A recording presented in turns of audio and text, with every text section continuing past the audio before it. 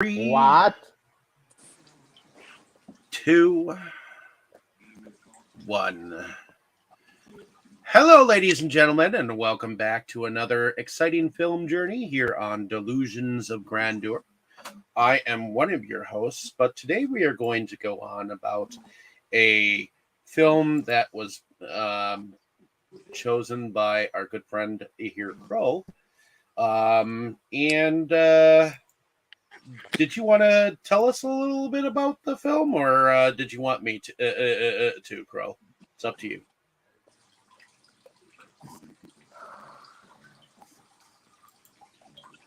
Well, Crow. Northman is a 2022 film that can you not hear me? Yeah, we can hear you.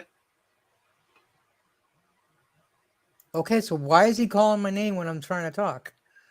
Maybe your audio is delayed or something. I'm not I sure. said We didn't hear you Northman right away. is a 2022. Which is basically a recent film. Oh yeah.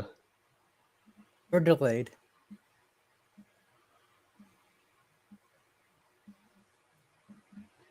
Okay. And see what they say about it.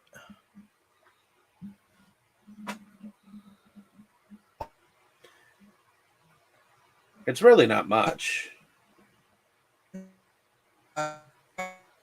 Guard, I recognize him immediately.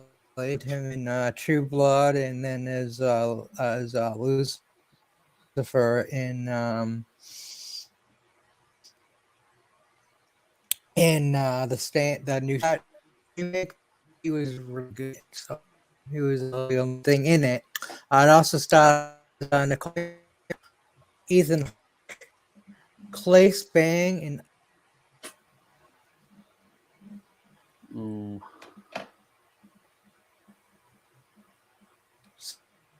so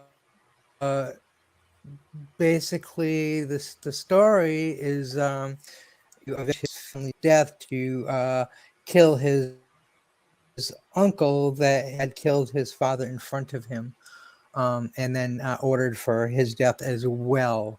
It's a Viking story and very interesting, and I enjoyed it. So let's go around and see who's seen this before. This is the first time watch.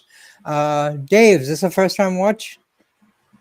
No, it is not. It's a movie that actually Tammy actually started seeing previews for and said it really looks interesting. And then I found it a copy that we could watch, and ended up watching it. I like Skarsgård. He was definitely cool in True Blood, and though I've only seen half of the newsstand, um, I thought he was at least the. Um, I thought he was at least good for the role. It's just I wasn't a real fan of that stand. As far as I saw it, I like the original stand. But the director of this film, Robert Eggers, he has done several films that I really liked.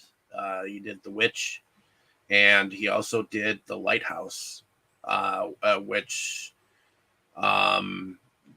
the first one, yeah, it was a real slow burn about a family of that was um, in very close quarters, and it was a slow burn uh, because once it got to the very end, then is when it got intense. And The Lighthouse, that one was done in black and white, so um, I love black and white, and so I was looking forward to checking this out, and it's definitely got some artsy type moments. Uh, as far as the Valkyrie scenes, and things of that nature. Um, but I really liked the story. Um, I thought that I'm glad that didn't back down on like the gore, like they weren't afraid to show some of that, and they weren't afraid to show like some nudity, you know. So um, I thought that was cool, and the bloodshed when More, it was there was cool. So yeah, I was actually saying, where's all the nudity? And then they finally showed some. but yeah, I Of mean, course, they showed the guy first. yeah, they had to tell a story leading up to all that shit. So, but I enjoyed it. I was entertained, and I'm glad that I was able to see it, and hope that everybody else liked it. So,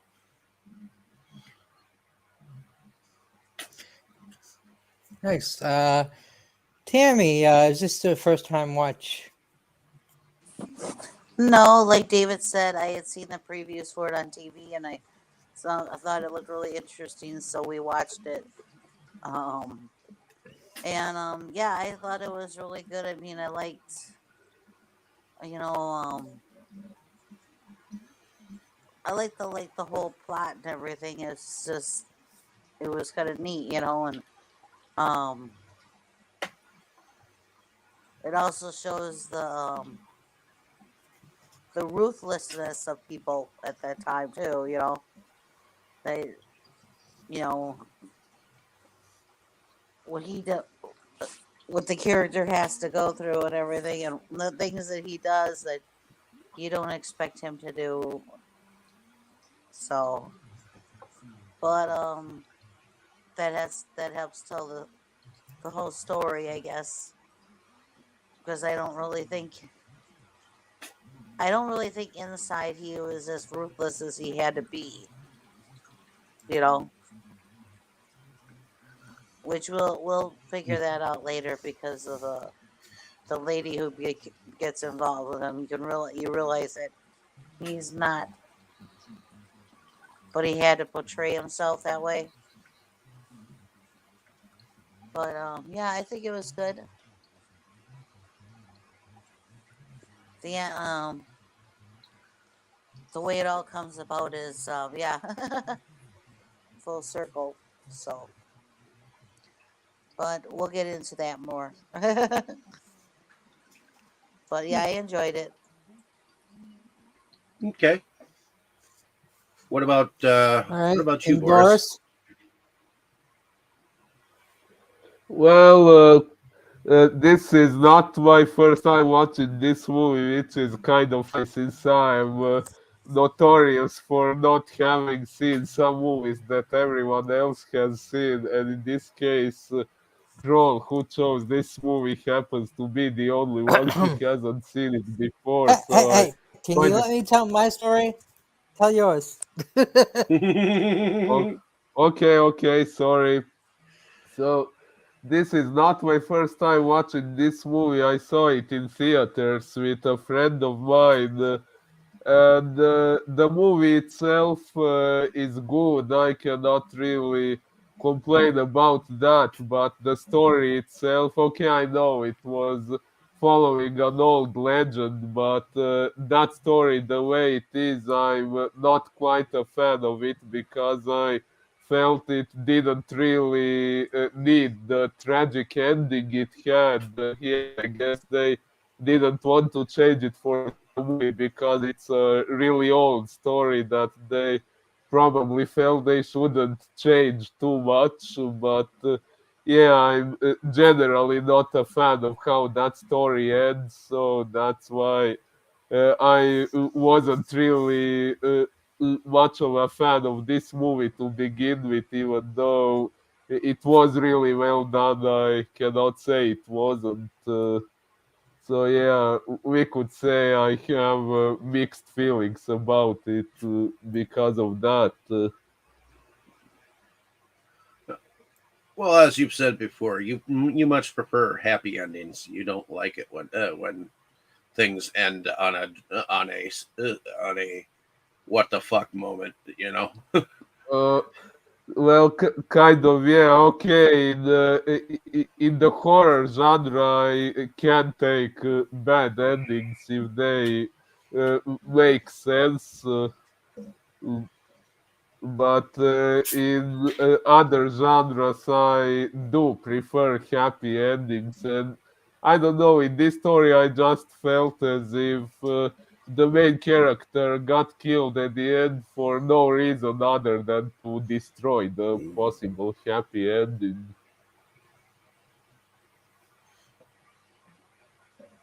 Okay, what about you, Kroll?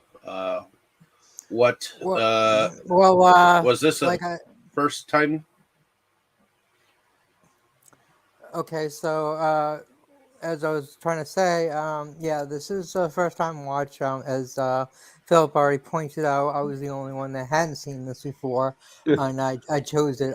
But yeah, I looked up, best movies of 2022, and it was the first one on the list. And so I looked at it, and I was like, yeah, this looks good. And I didn't even see the cast at that particular moment, so I didn't even know the great cast that I had. I was just going in on what it said it was about, and found out about the cast later. Um, so I usually pick movies I've already seen and enjoy talking about, but I wanted to do something different and choose something I haven't seen and something that looked interesting that I wanted to watch. I enjoyed the story, and I feel that the ending, although it was not happy, and I do like a happy ending, I feel the ending was appropriate because it he finished doing what he set out to do in the first place. I mean, that's what he set out to do, and that's what he did. He that was his life's goal.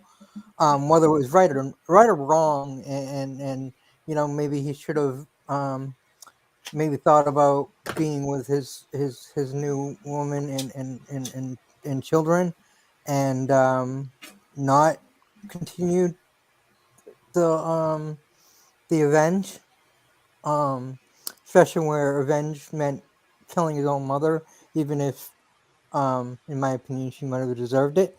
Uh, um, but I don't know. It's strange because I mean we'll get into this more, but in a way, I think that okay, so maybe killing the father, the way she told the story, that maybe that was that was wasn't a bad thing. Maybe the father was really like a scumbag, and she was just kind of forced into it and everything, and maybe that was true. So, but the fact that they wanted to kill her son, like Mm, like that's just horrible. So there's no excuse for that. There's absolutely none. right. So no matter how bad the father may have been or whatever, you can't blame the child for that, especially your And own child. And I uh, can't imagine wanting to kill any child, never mind your own.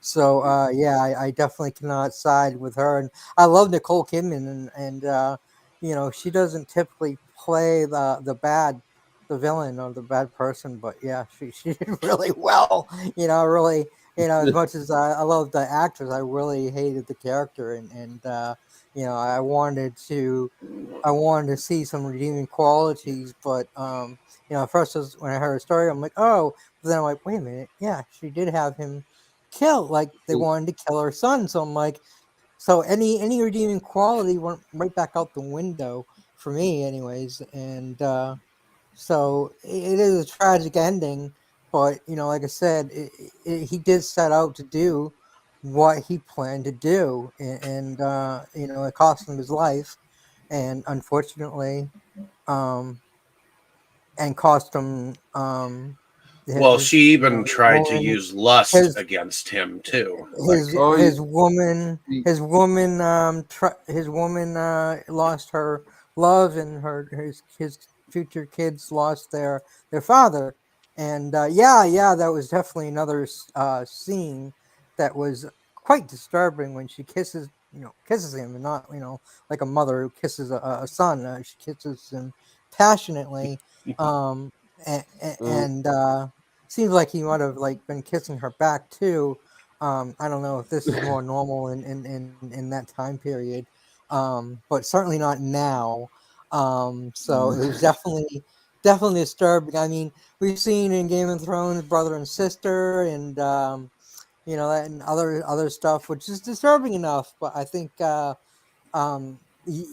mother and a son, or a mother or a father and a daughter, or something like that, is like step. uh, Okay, well, it's married, so it's not as weird, but blood related, like that is the ultimate weird. Not to saying siblings aren't, just saying that it's even more disturbing.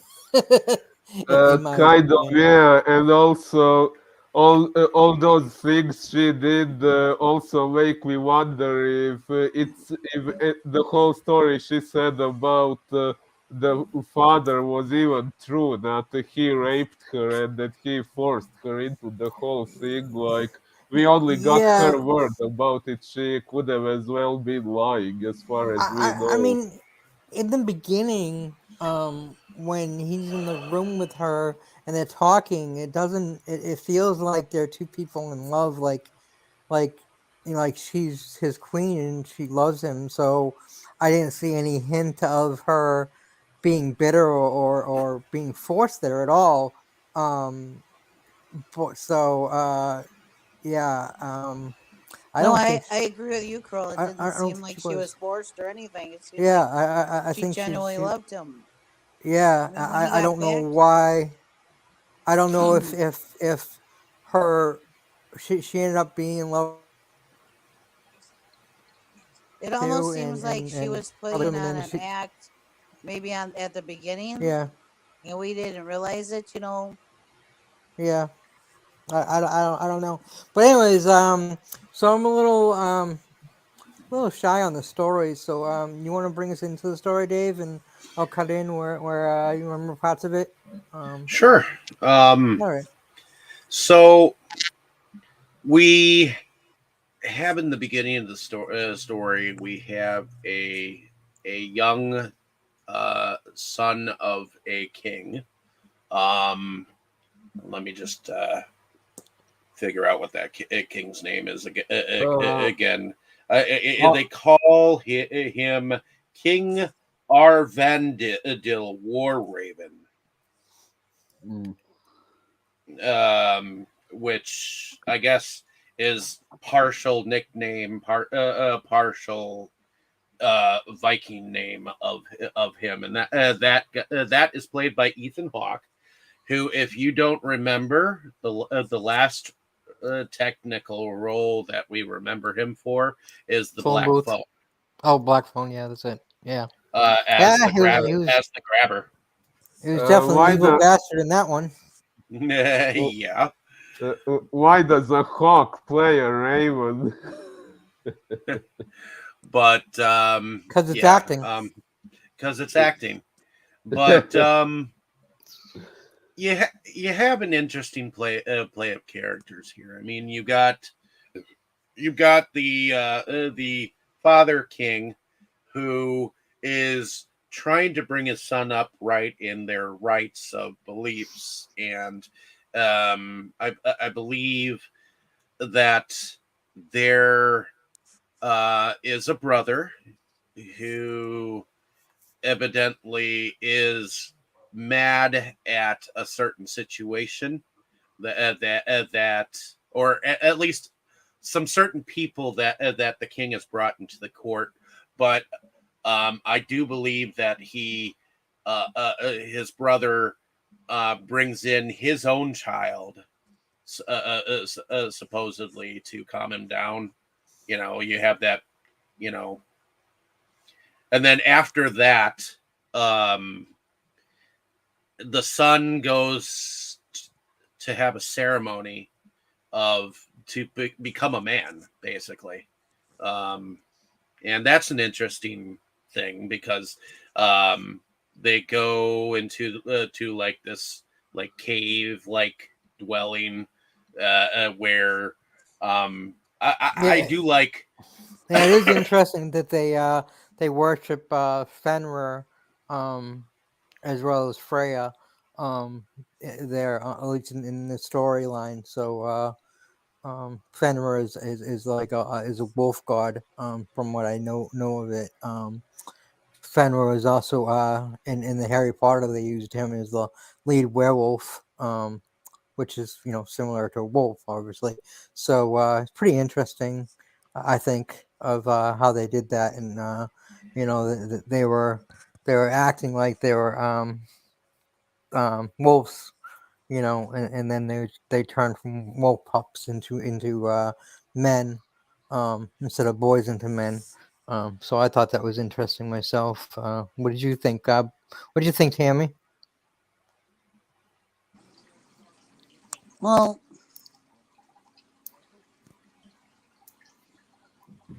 I you're talking about the ceremony, right? Yep. Yeah, the ceremony of him turning from a boy wolf to a human man or I thought whatever. it was really different. Yeah. They're both sitting there howling and jumping around and Yeah, And drinking by like the an end of it, animal. he's looking down, and his feet like are high above, like they're having an out of body experience. That was totally different too. And it's like the boy was trying so hard to do exactly what was expected for the ceremony. He really, really was leading up to his father.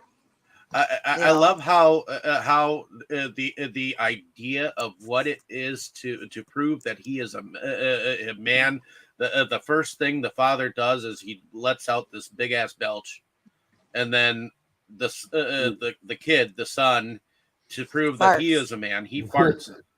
Well, Yeah, the father said something about the that smell or something. I can smell something in the air or something right afterwards. Hmm. yeah, that was funny. Although one part of it, okay, I'm not sure if it was in that same scene or earlier or later, but the whole thing about teaching a small child that he has to fight wars and do crap like that in order to go to Valhalla, that was kind of fucked up in my opinion. no, that was definitely the thoughts of Viking lore back then. I mean, that's the way they lived, and Valhalla is like basically There Like was heaven, their a a version of heaven, Viking heaven. yeah, heaven, Viking yeah, heaven for warriors only. It like they obviously have another place where non-warriors go, but they don't y- talk about that in Viking lore. They only talk about Valhalla. Valhalla is not for everyone; it's for warriors.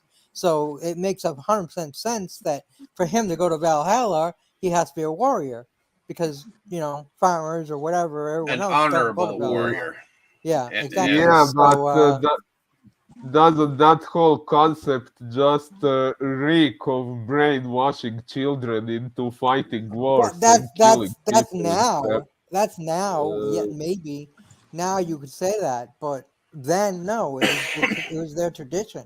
Like I'm sure his father did the same for him, and his father before him, and his father before him, and his father before him. That's oh, what they knew. it was That's a what natural thing for a that's what child to think that they The were going to Vikings. grow up and be a soldier. The Vikings were definitely warlike people.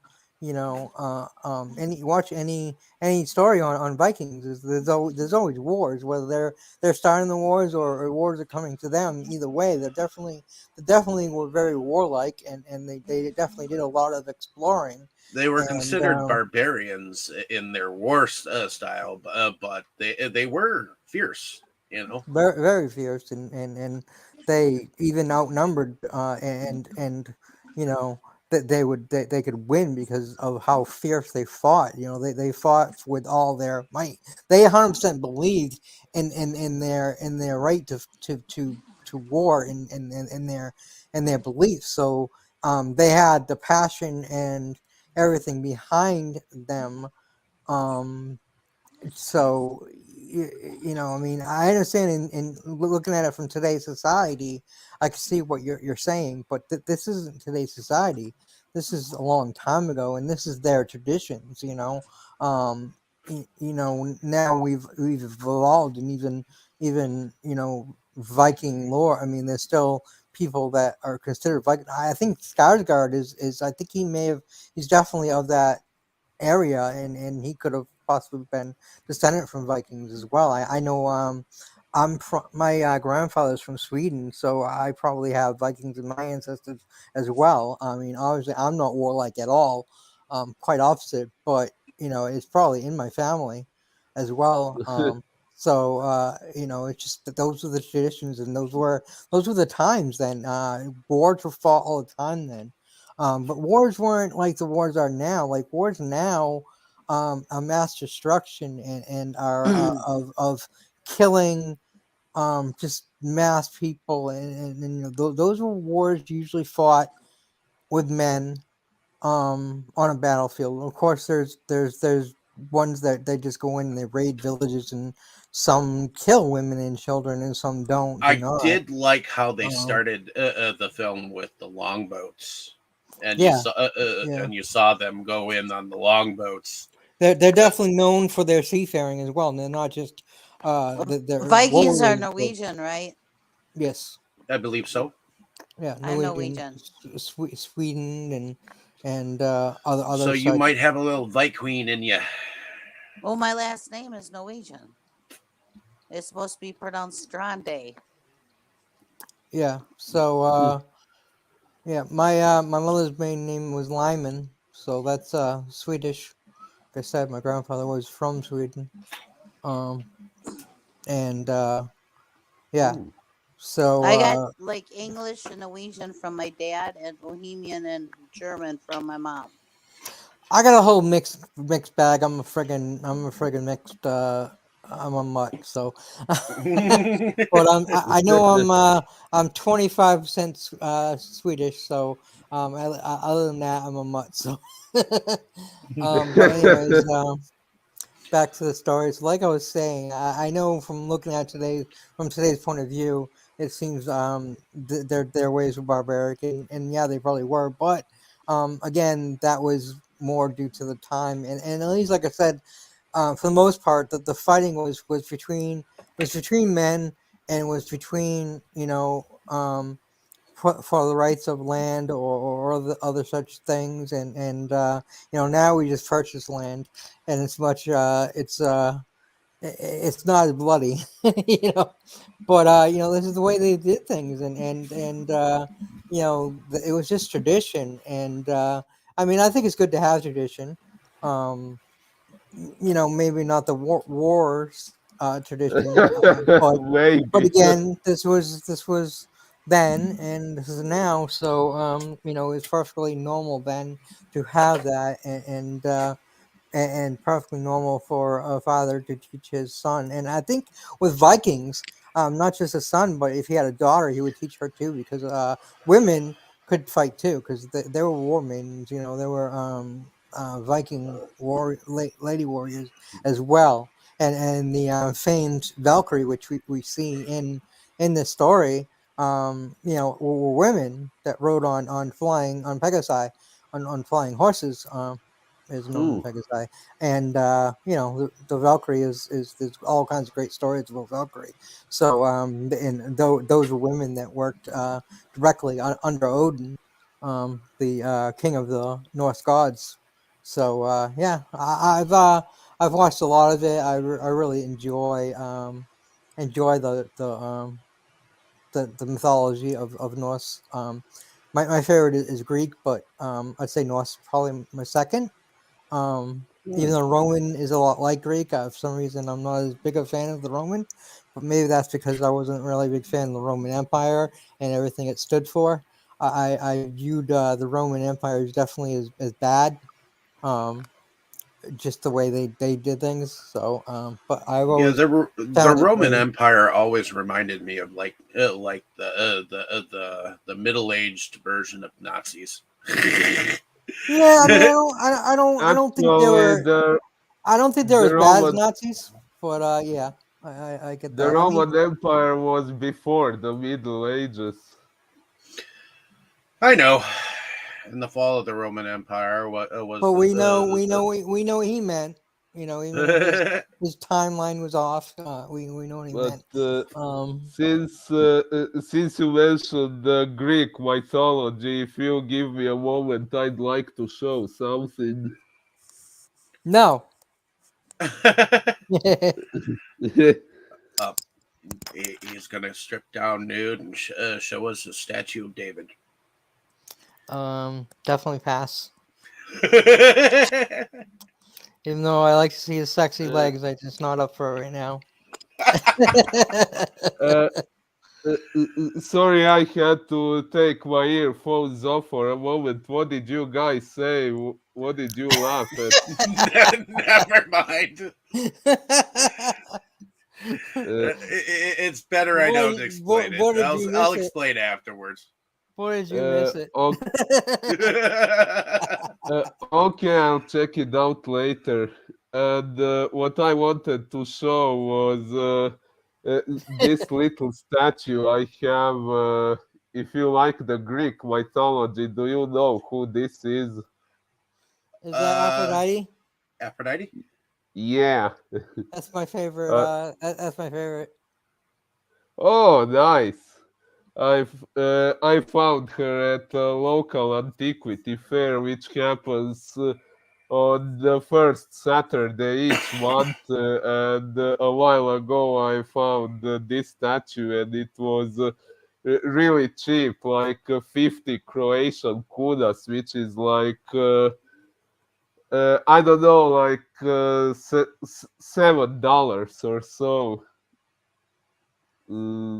So yeah, I just had to get it. Okay. Very cool. Thanks. So Yeah, it looked really neat. Thank you. we have the ceremony, and basically after like a little bit of a trippiness going on, they basically have him swear to uphold and protect, and if anything happens to his king, that he is to avenge him at no matter the cost. And that's basically the gist of what he's basically sworn to do. And immediately after they walk out of there, they are surrounded by men, and his father is shot with arrows, and he's told to run. He only runs maybe uh, 5 seconds away, and and hides behind a rock, and he sees his father get murdered, and he sees who it is who comes and basically kills him, and it just so happens to be his father's brother, his uncle, and he then, after killing his father, sends men after him, and he runs. He ultimately gets slightly caught by one of the men. He slices his nose off, and then he is able to before he's able to escape, he sees his mother being carried screaming down to somewhere, and he swears that he will avenge, and come back and rescue her. Yep. And he they swiftly have goes to a boat. Point out, sorry to interrupt, but I just wanted to point out one thing. And on IMDb, they quoted something in there, which is very strange because that is not what he said. It says there, I will avenge my father and kill my mother," and he didn't say that as a kid. As a kid, he believed that his mother was taken against her will, and so he wanted to rescue her. So later on, it was he said that he would avenge his father and kill his mother. Once he found out the truth about it, but at this point, he just what he sees. It's also I like to point out that when he first comes back to his home to the village area, the first thing happens is a woman falls dead almost on top of him, almost falls on him. And he's running through, and there's all dead bodies everywhere. So it wasn't just they killed the king; they were killing everybody. Yeah, And they carried they off the were queen. basically killing the people. Yeah, and he was certain. Now they didn't kill everyone. There was some people still walking around in rags, and he quickly grabbed it looked like a blanket or cloak of a dead person and put it over him so he wasn't recognized. So right away we see that he's not only was he strong and knows how to fight because he fought He off was also that resilient. man. He was smart. Like he knew right away to hide his identity and to kind of go amongst the few that have not been killed and And the dude that and he cut off his nose actually came and said that he had killed him and whatnot. So at that point in time, to whomever it might have been concerned about like his whereabouts, he killed him. So yeah. So everyone thought he was dead, and they had nothing to worry about, no one to contest him being the king or whatever. Um, and the plan had gone as according, everything has gone according to their plan. And yeah, like you had said, that's where we see him find a boat, and he gets into small rowboat like thing. yep. Um, and And next next we we see it's see years him later. years later as an adult, also in a boat with a bunch of other men rowing. And if you don't recognize his face, as You know it's him by that necklace if you don't recognize him at first. is on that he-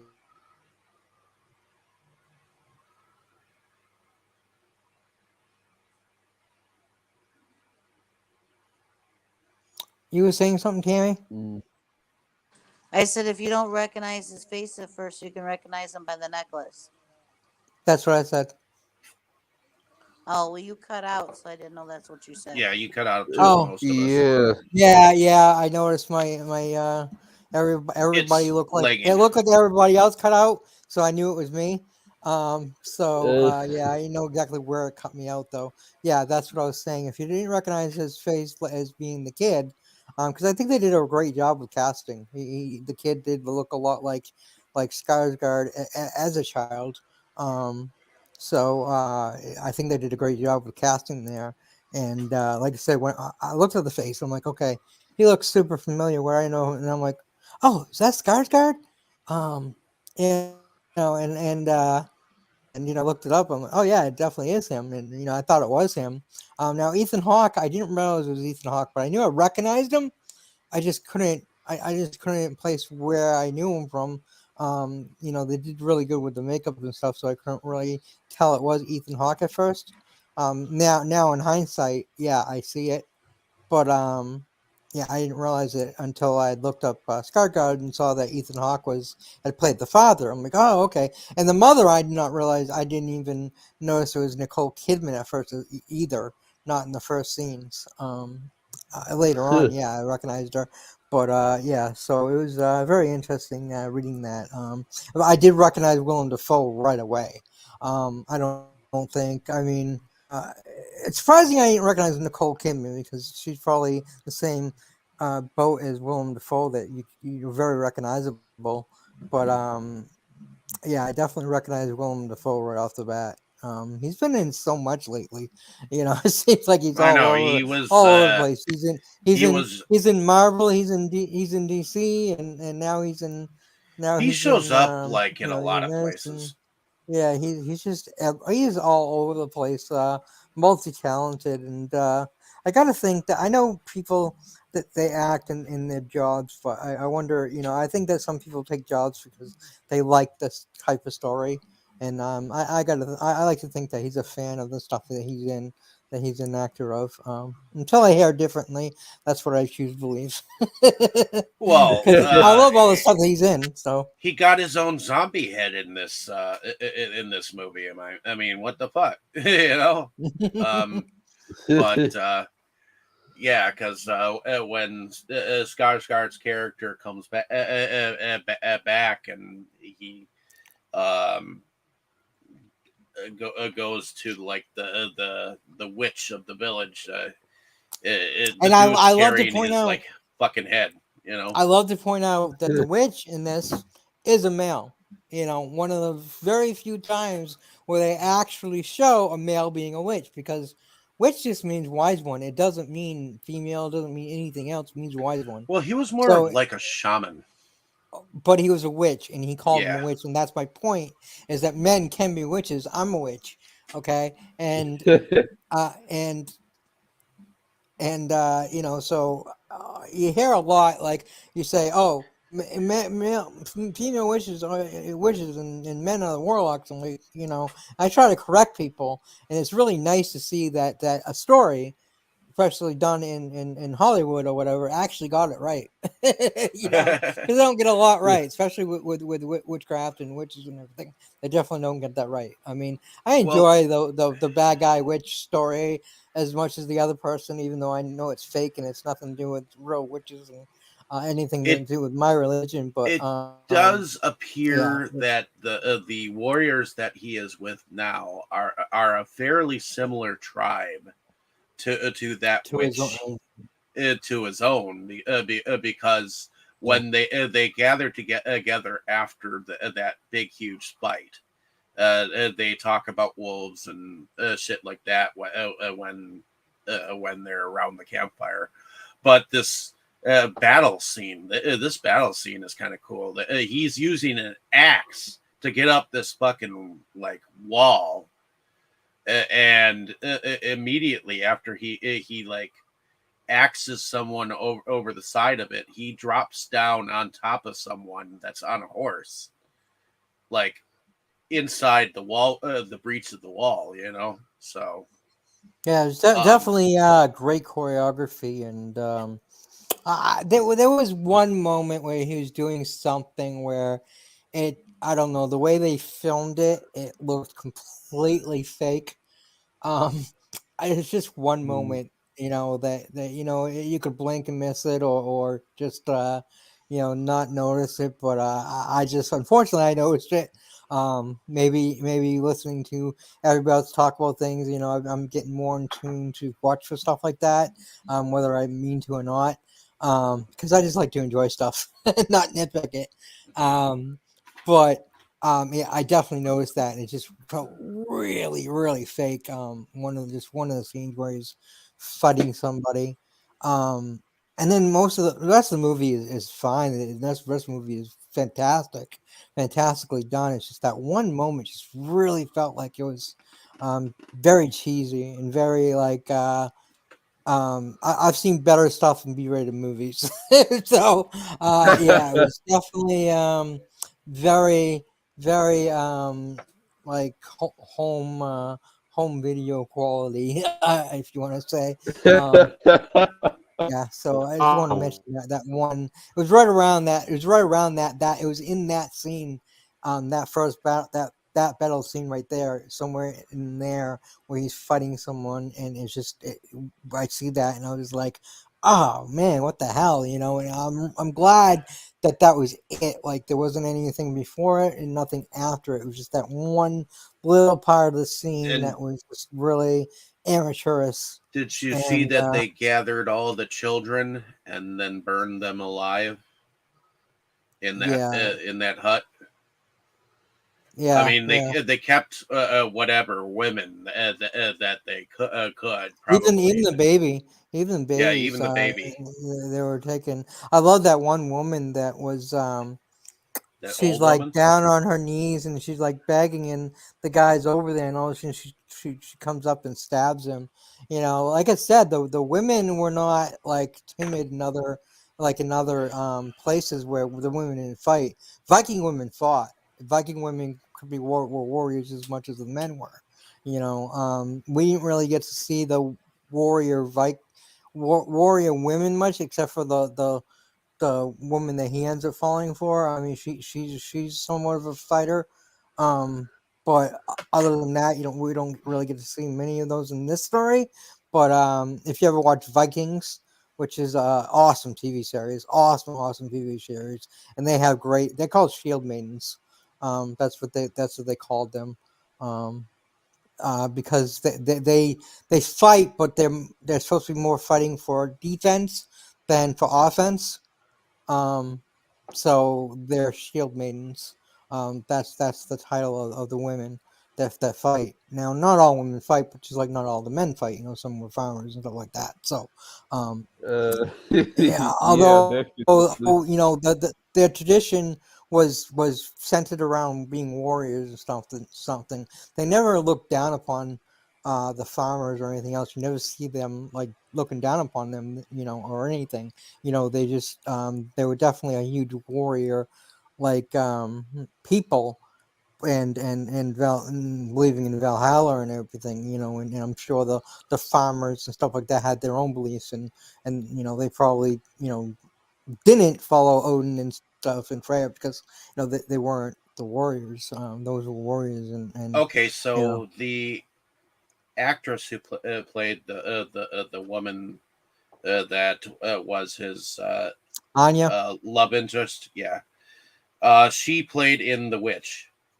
So, Yeah, I know. I haven't so seen the movie, but I looked it up and it showed her. I guess she's hasn't been in a lot because that's all it showed was that she was in this and she was in The Witch. So and I looked at The Witch because I'm like, ooh, it's another interesting than I saw. It's another one of those horror movies where the witch is the bad guy, and same old stuff that maybe I might see it, but I wasn't all that interested.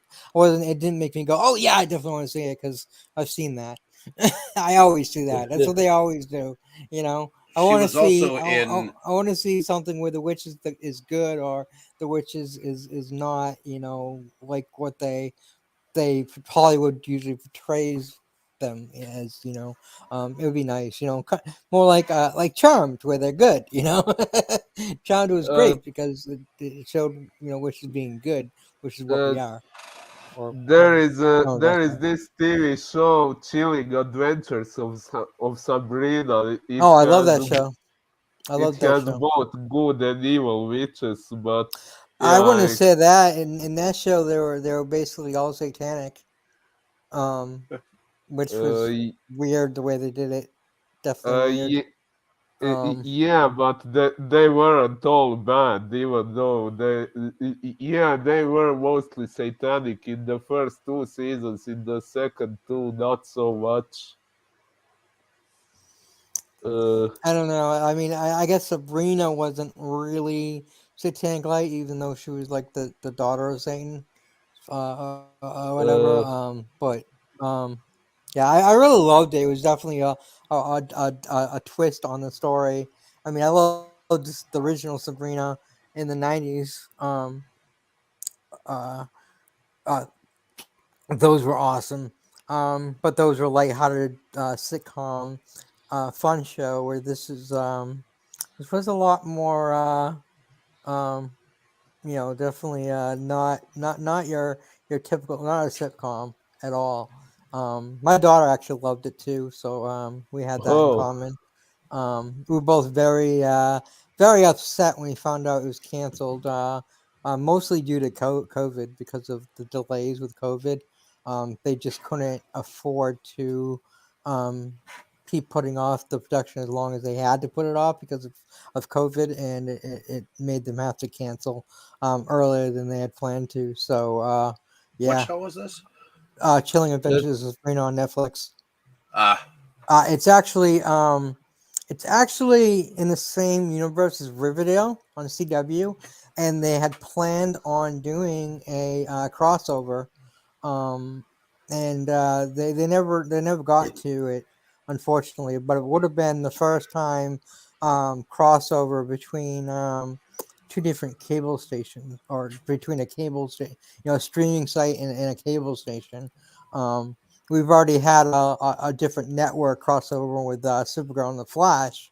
When Supergirl was on CBS for its first season, and the Flash was on CW, even though CBS was the parent company of CW, it was still not the same channel. So it was the first time the two shows were on two different channels and had a crossover. So yeah, this would have been the first time streaming platform and a cable network television series crossed over.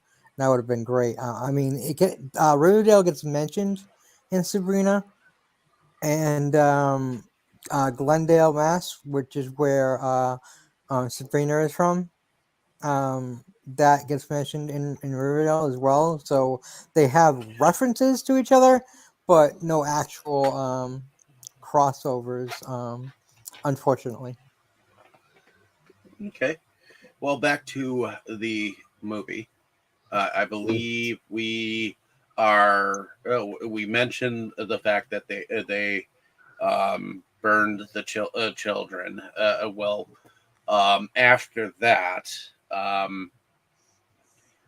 he goes to the site of the burning and actually runs into I would have to say a vision of a witch that basically tells him his fate. That he is fated to meet this woman, fated to die around a lake of fire, and all that jazz, and to ultimately eventually find a weapon to seek out his revenge and all that jazz. Oh, But that sword is badass. but Oy. it's merely mentioned at that point in time. It's not fully talked about the sword part until he actually like has that vision with the witch later on, when he actually like meets the witch, but that other male witch. So, but Yeah, he's dude, it's just a witch. he basically has a vision, because once the vision is done, the witch is gone, it disappears, and he's like standing there when no one is there. But basically, uh, he's told that he cannot escape his fate, but he will have a choice at the end to what is it, to choose to let the people he hates alone, or to you know um basically to let bygones be bygones, or Or avenge his choose to be with his he, loved ones. that he would have to choose between them. How did they say it? Between uh, cruelty towards his enemies and kindness towards those he loves, or something like that. Maybe not in those exact words, but Yeah, I think and like we already mentioned, the way they were brought up, like it would go against every fiber of who he was to do the happy ending and go with the woman and his unborn children, and this may be what everybody wanted to see, but it would definitely be completely against his character to do so. Um, that even though he was still young when his father died, and he didn't have his father's influence, it's still he still learned it. He still learned that war, And was being it a warrior was life. It was ingrained in you. It was part of who you were.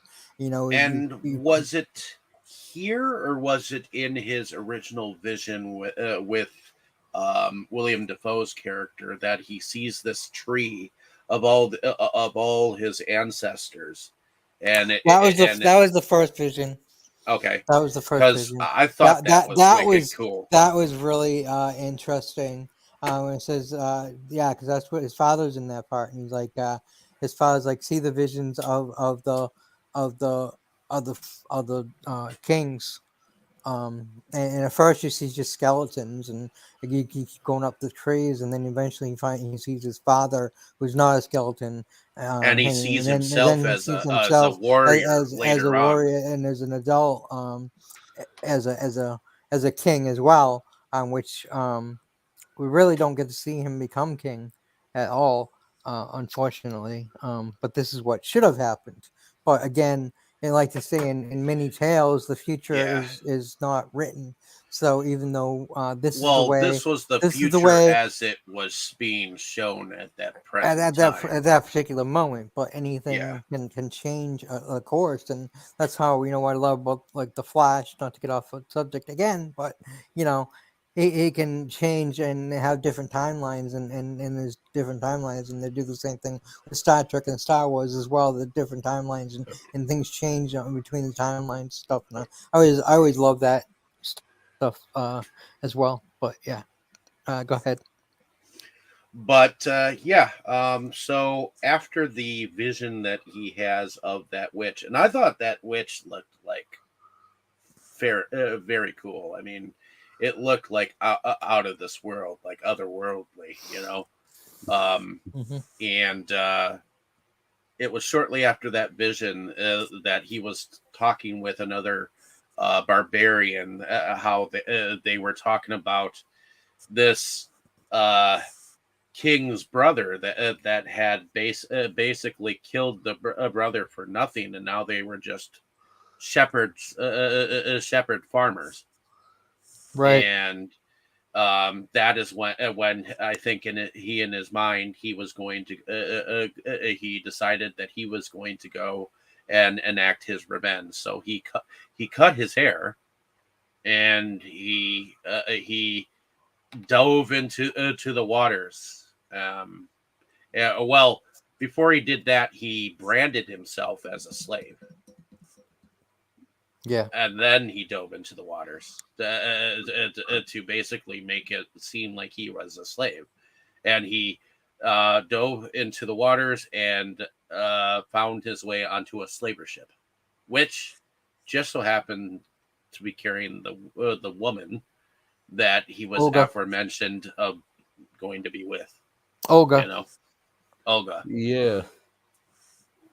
So, and they have some dialogue between each other and Yeah. whatnot. And Speaking of witches, she's also a witch as well. yes, You definitely see that. Like the first time they uh they have sex or make love, whatever you want to say it. She's she's praying to the earth, to Mother Earth, to help her be able to escape her bounds and and she's take called revenge Olga again. of the Birch Forest. Yeah, That is yeah, what she is called. that's correct. So, That is correct. So um, yeah, she's a witch as well, and yeah, you actually get to see her power somewhat a few times in the movie as well. When she saves him after he basically sacrificed himself to save her. So yeah, they save each other, you know. And it's very interesting. I really loved how they did it. Like you see the magic, but it's more subtle. It's not flashy, which is like what real magic is like. Is a lot more subtle than um, flashy or anything. I really love how they did that. So and apparently these slavers that he found himself among were actually being brought to this this uncle of his,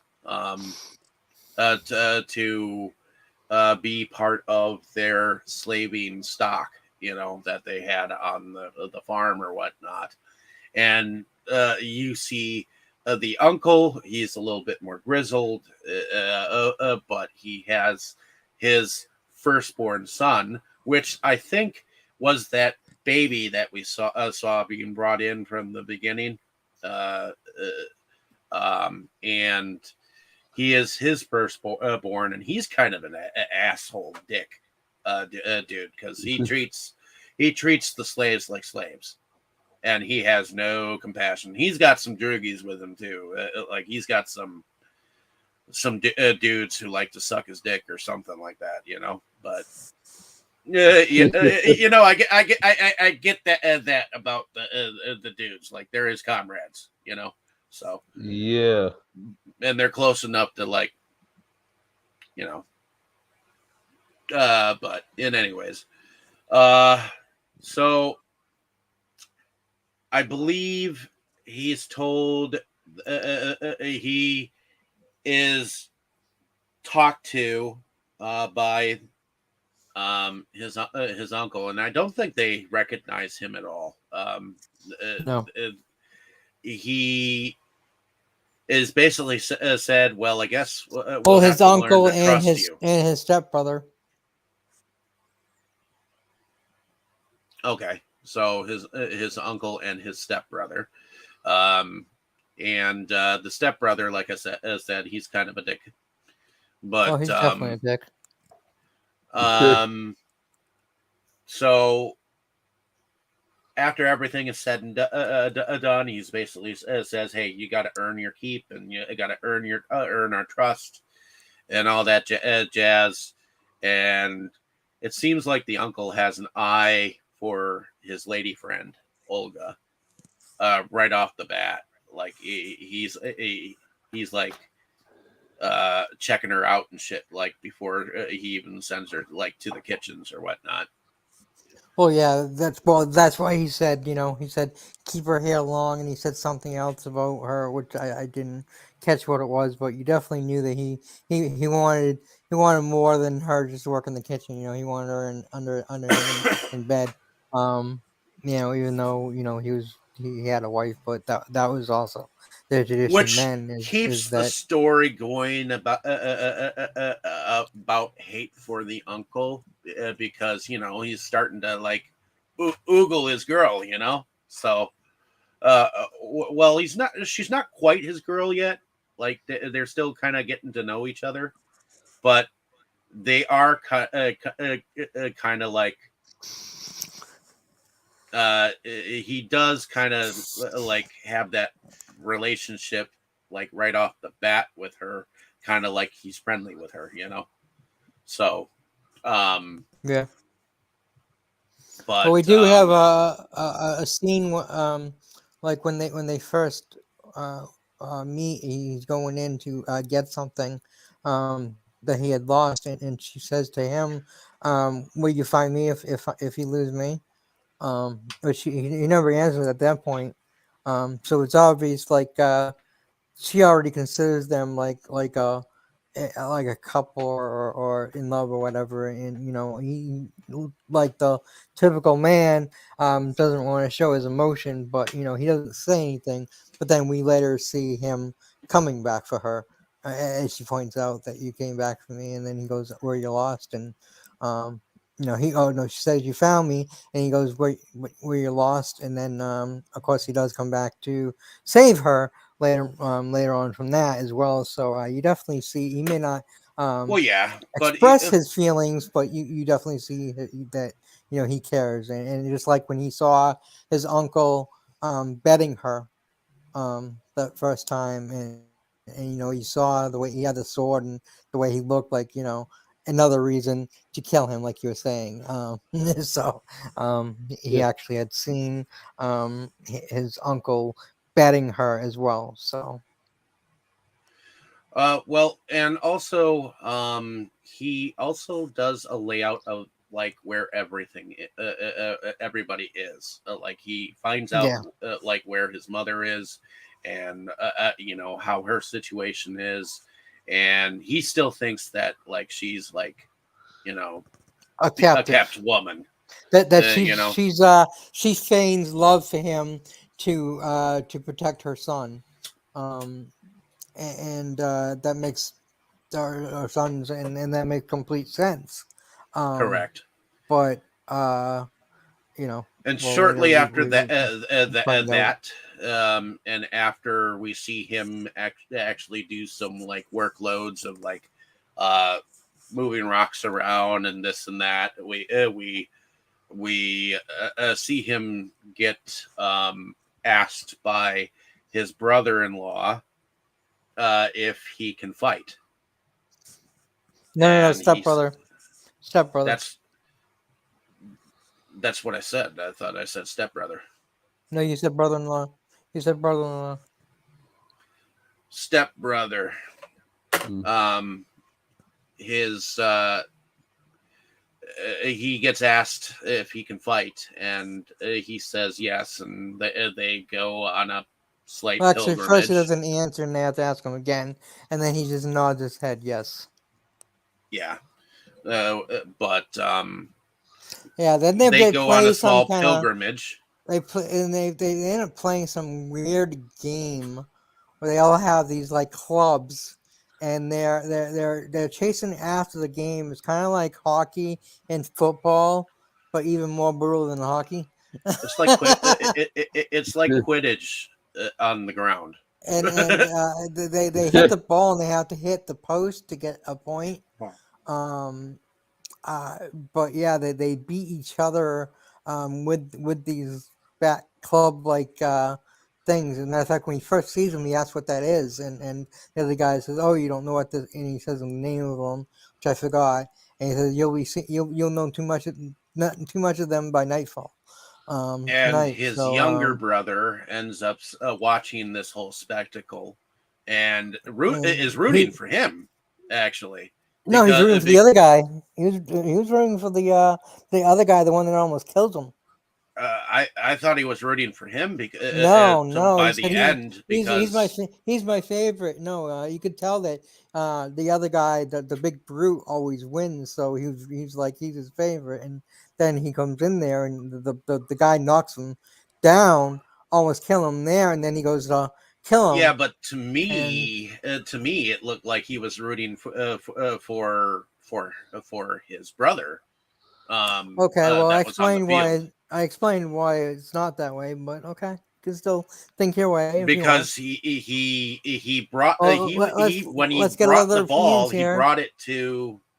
Let's get other opinions here. What about you, Boris? What do you think? Do you think he was rooting for the big guy that almost kills him, or do you think he was rooting for the brother he didn't know he had? Actually, I must admit I didn't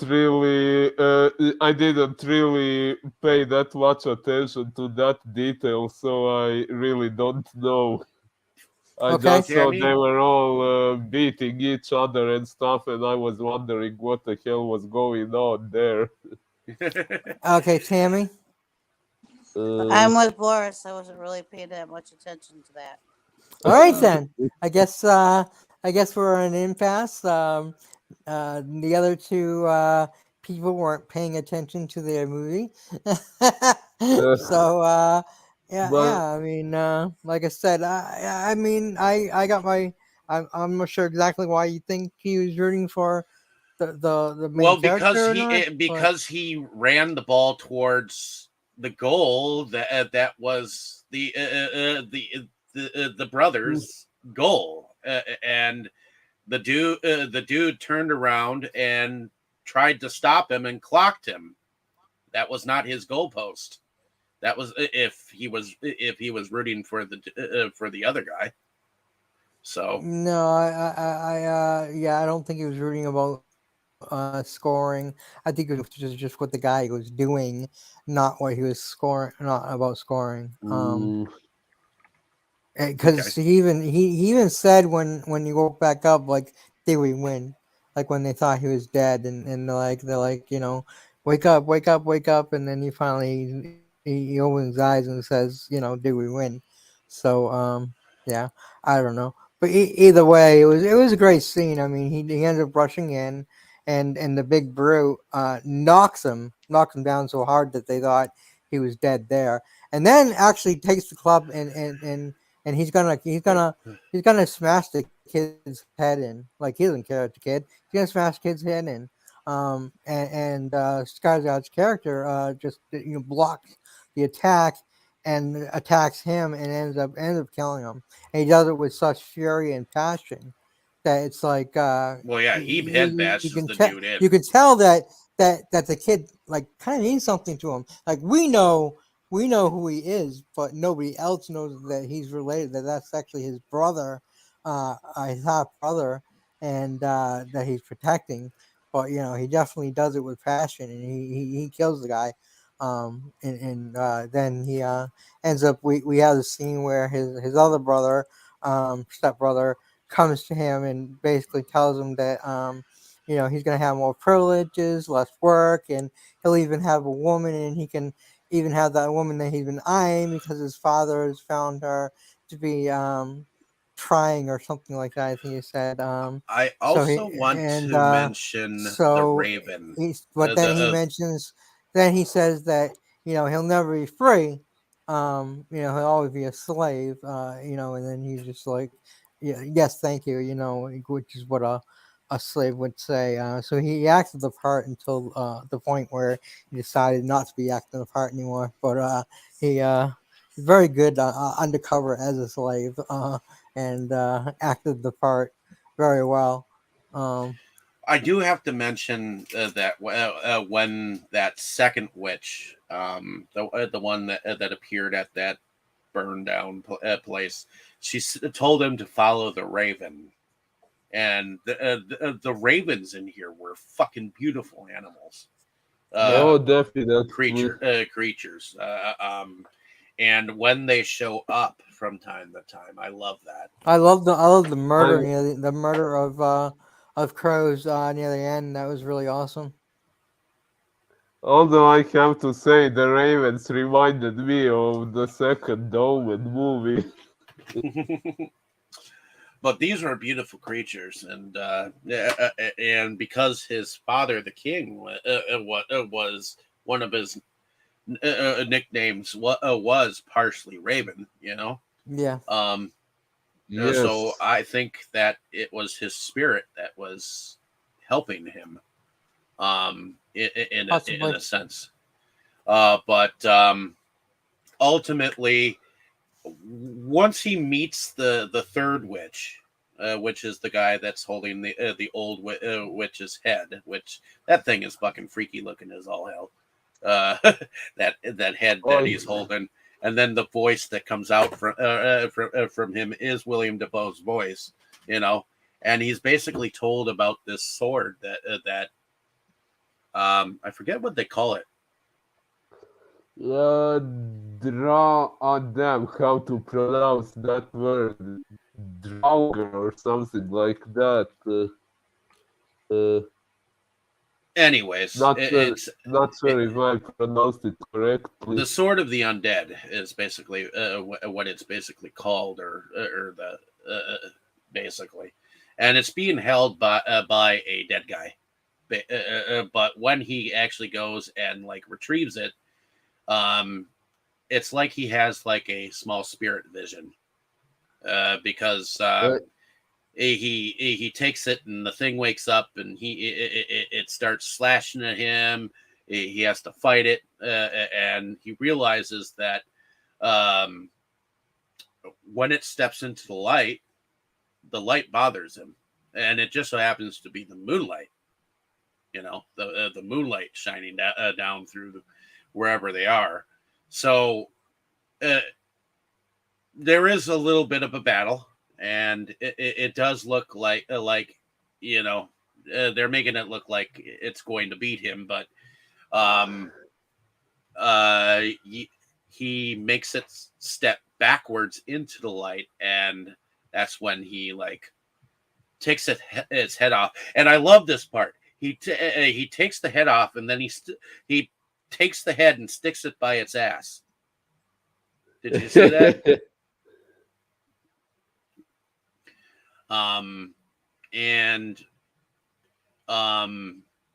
I guess that at that point in time is when the dream fight ended, and he was able to get and grab the sword from the dead thing, and then he took it. But here's the thing: that sword, I guess it's kind of got a history. Um, Apparently, its wielder must continue to kill.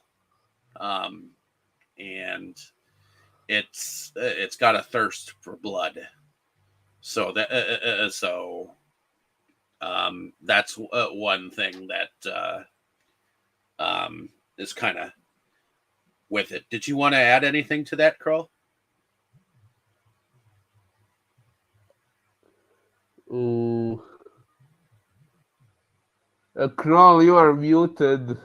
Yeah.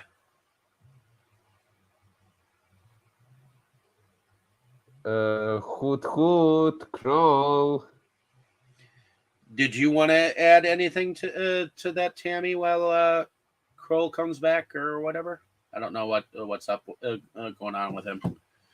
No, not at the moment. Okay. What about you, Boris? What did you think of this whole scene here? Oh, it was definitely an interesting scene. Although I'd like to point out, I think that actually happened before this sport game that went all crazy. Uh, but yeah, this was definitely a good fight, and I liked that sword as well. It somewhat the whole story of the one who has it having to kill kind of reminds me of Azrael's blade from the Lucifer TV show, if you remember. Yeah, I think I remember that. I What did Yeah. you? I also love the sword myself.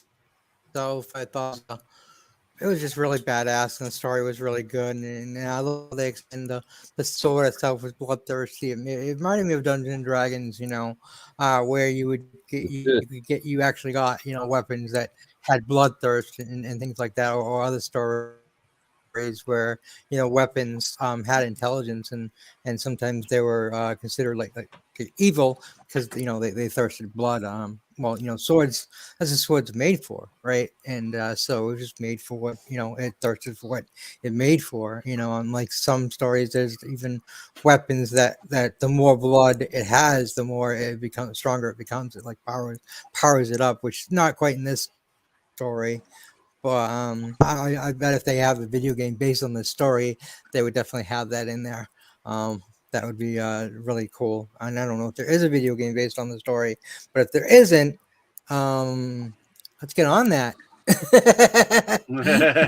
I think That would that'd be badass. definitely be good.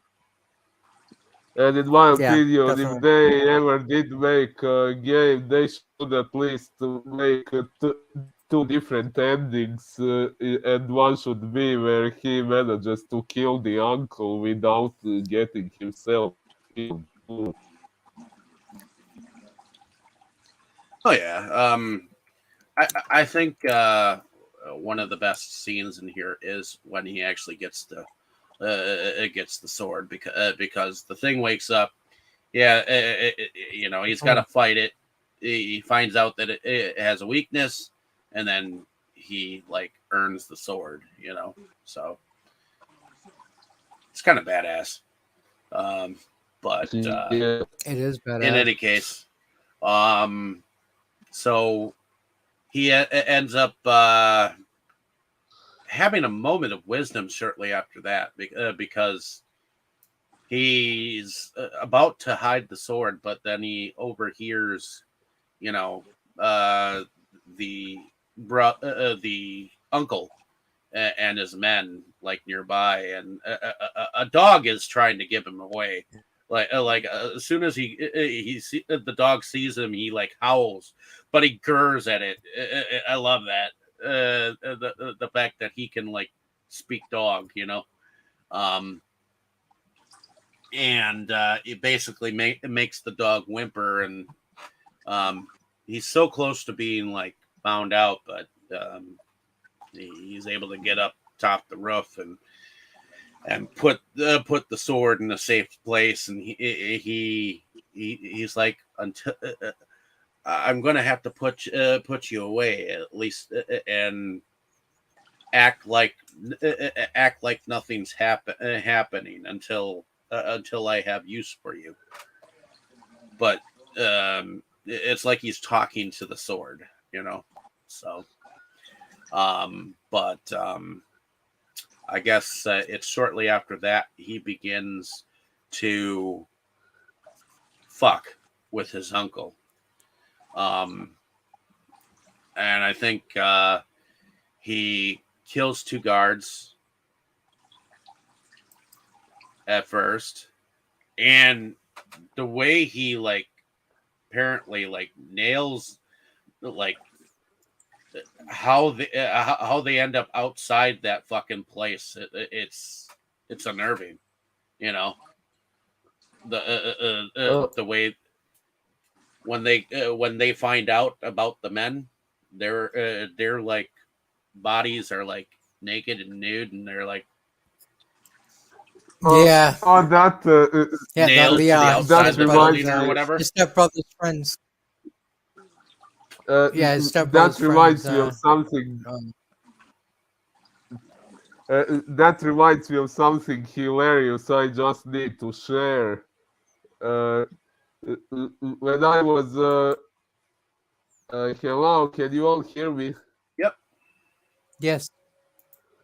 When I was watching this movie in theaters, and when this scene came up, remember someone, I don't remember who it was, that said that they thought some Christians did it, and they used the phrase Christian monsters and then Christian swines.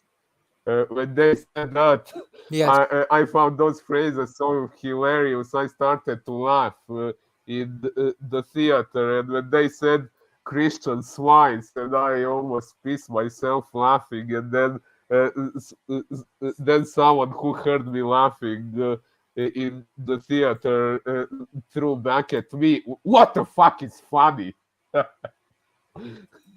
And that kind of made it even funnier to me.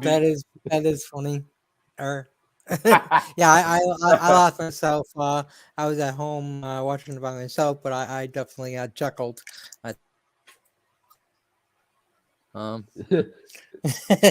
Just because of their beliefs on how the Christians were, and they call Christianity a cult, which is not the first time I've heard that.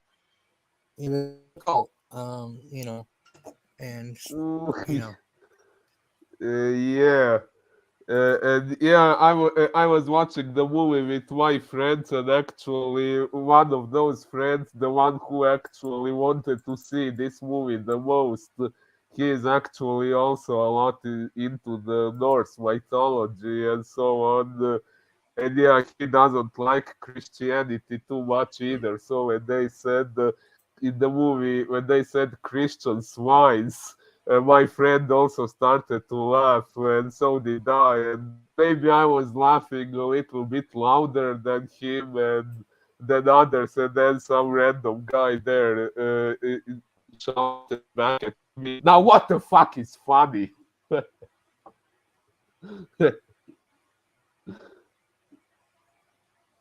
Yeah. Uh, Sorry, I just wanted to share that scene, that moment, because whenever someone mentions this scene in the movie or when I see it, it always reminds me of that incident, and I just find it hilarious.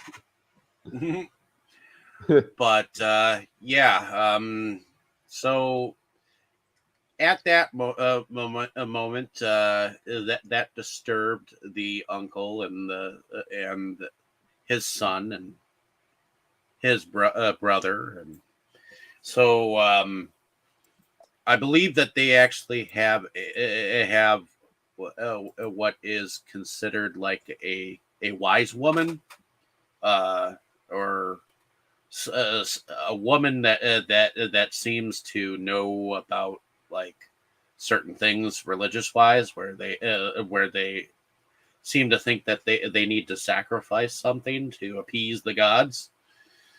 Um, and they're like quickly, okay, we must go. This looks like this is from this is totally otherworldly. This is not from this world. Whatever is doing this. So they're like, we're going to quickly go sacrifice something or someone appease this god to try to stop to prevent shit from happening anymore. And I did not expect what the first time what happened next. Like I don't know if you guys didn't, but I thought this was kind of unexpected, where they're about to sacrifice, someone or something, or get things prepared, and then all of a sudden you hear screams in the background, and everybody's all running, and they go into the cave or whatever the fuck they're doing the ceremony in, and the dude that was helping the woman is like naked and bound, and I think he's like completely dead. And he's hanging over the woman, the old lady that was about supposedly going to sacrifice something, and that's like kind of a message, and I guess they unbind her, and then I think the next person. Okay, the next thing that happens is, I believe, is when he's going to go and rescue his mother, right? That was unexpected. He's in the room. He finds something that was part of his father's stuff, and then he hides a ring. Yeah, a ring. Must have been the ring his father gave his mother on their wedding night or whatever, or something to that effect. But anyways, he hides behind the door because he hears someone coming, and it just so happens to be his mother. His mother starts to undress, or at least take off certain things and undo her hair, and she turns around, and that's when he puts a sword to her neck, and she turns around, and he basically says, you can't recognize who I am. I'm your son. Now let's go. And she's like, well, you don't understand, I cannot leave, I'm sorry, but you were caught up in a situation where you probably do not understand everything.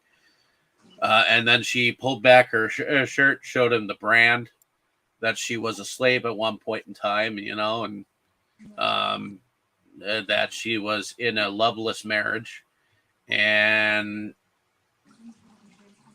your father's brother had feelings for me before, and I was just stuck in this marriage, and I'm sorry, but your father was brutal. All that jazz. And Right. She makes the father out to be a total tyrant, Yep.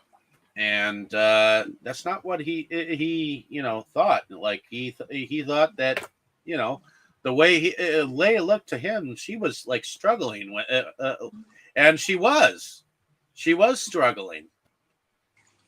If this was the way that she said it was, then she would have been walking hand in hand with them guys, Yeah, well, I think it was left kind of ambiguous whether she was telling the truth or not.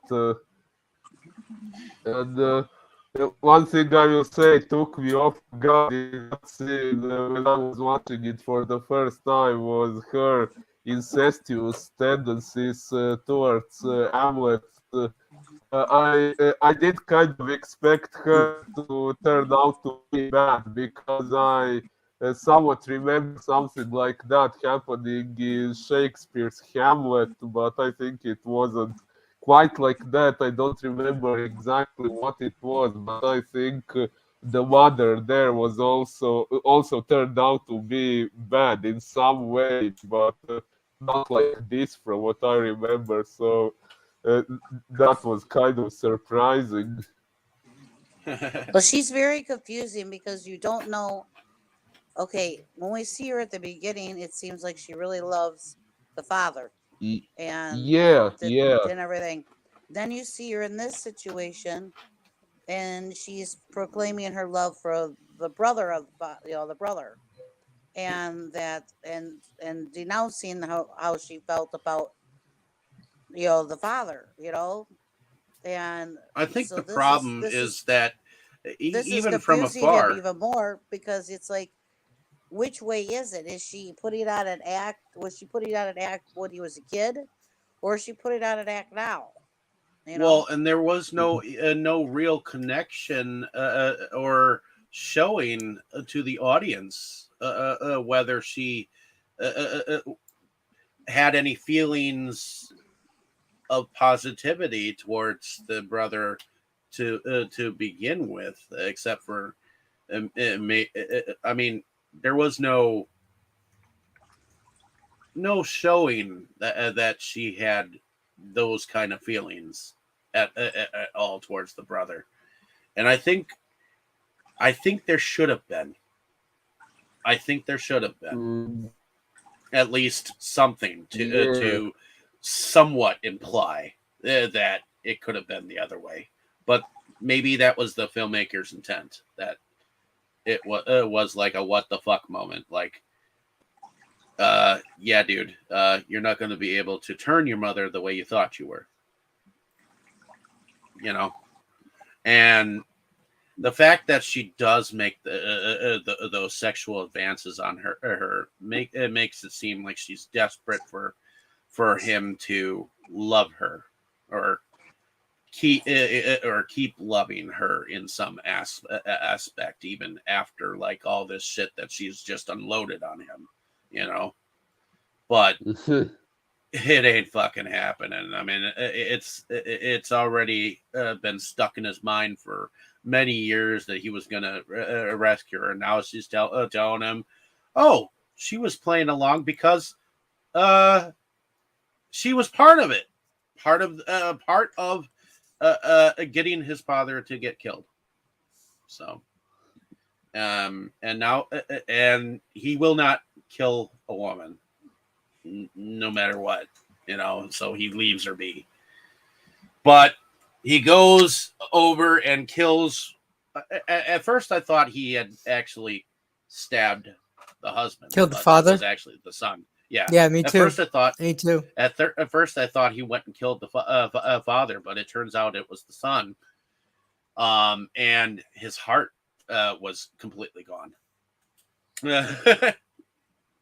Oh yeah, what is the? I saw they put a lot of emphasis on the heart, like they not have some meaning in their religion or something. Yeah, and I don't know exactly what it means, but I think the heart it should be buried with the body or burned with the body. They usually actually burned and put them out in the boats when they burn the body. But I believe the heart, I think the whole body, as much as you can find, is usually burnt. And obviously, the heart is a very important part of the body. So I don't know the exact significance, but I definitely can see that there's a significance in the heart. I've seen that before in other movies as well. So it just makes sense. Oh, And it's shortly after this is when it's like the next morning or whatnot, that it's Nicole Kidman's character that um tells the uncle, okay, well, you better figure out who the fuck is his accomplice, because somebody's helping here. So he straight out kills like one of them, and then he basically says, "Hey, I will start killing you one by one if one of you doesn't speak up." You know, and he gets to the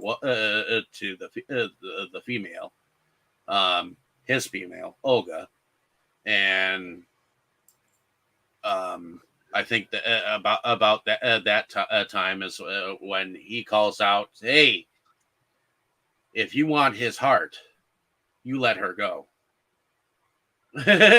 you know, uh, and so he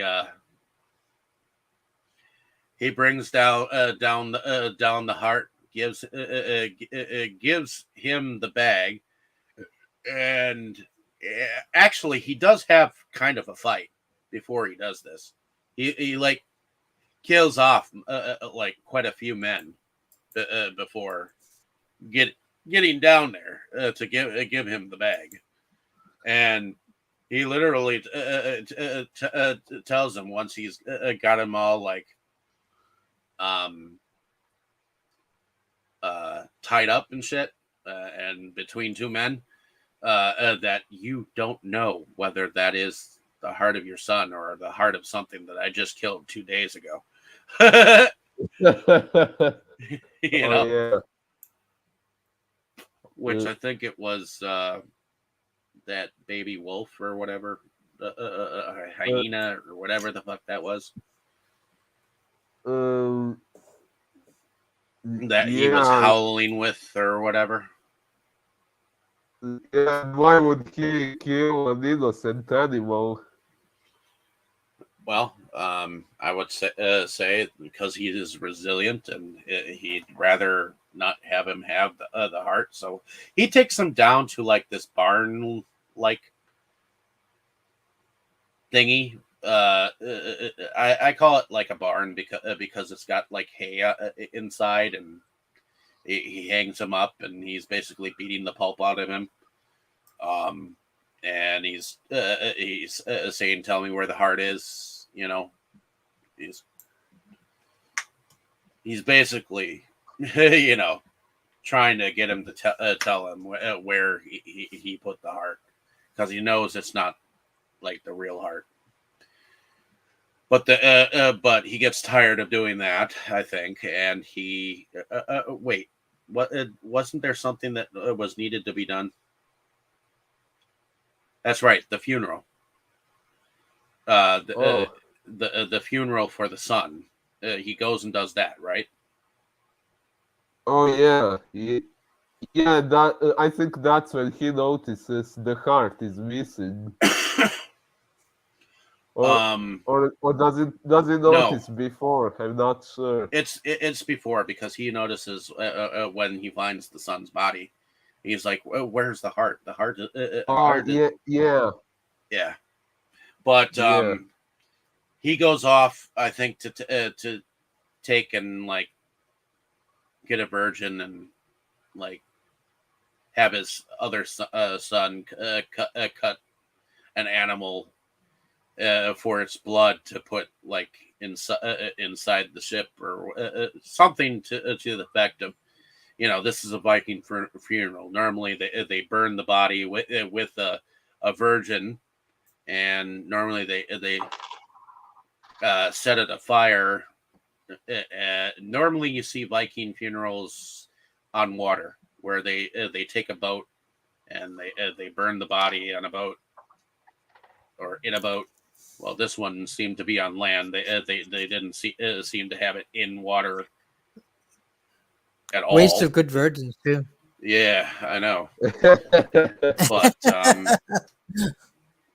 I do think that they start the thing on fire, and but meanwhile, while this is happening, a flock of crows ends up coming, and like we see them take and cut his ropes down, and when they come back,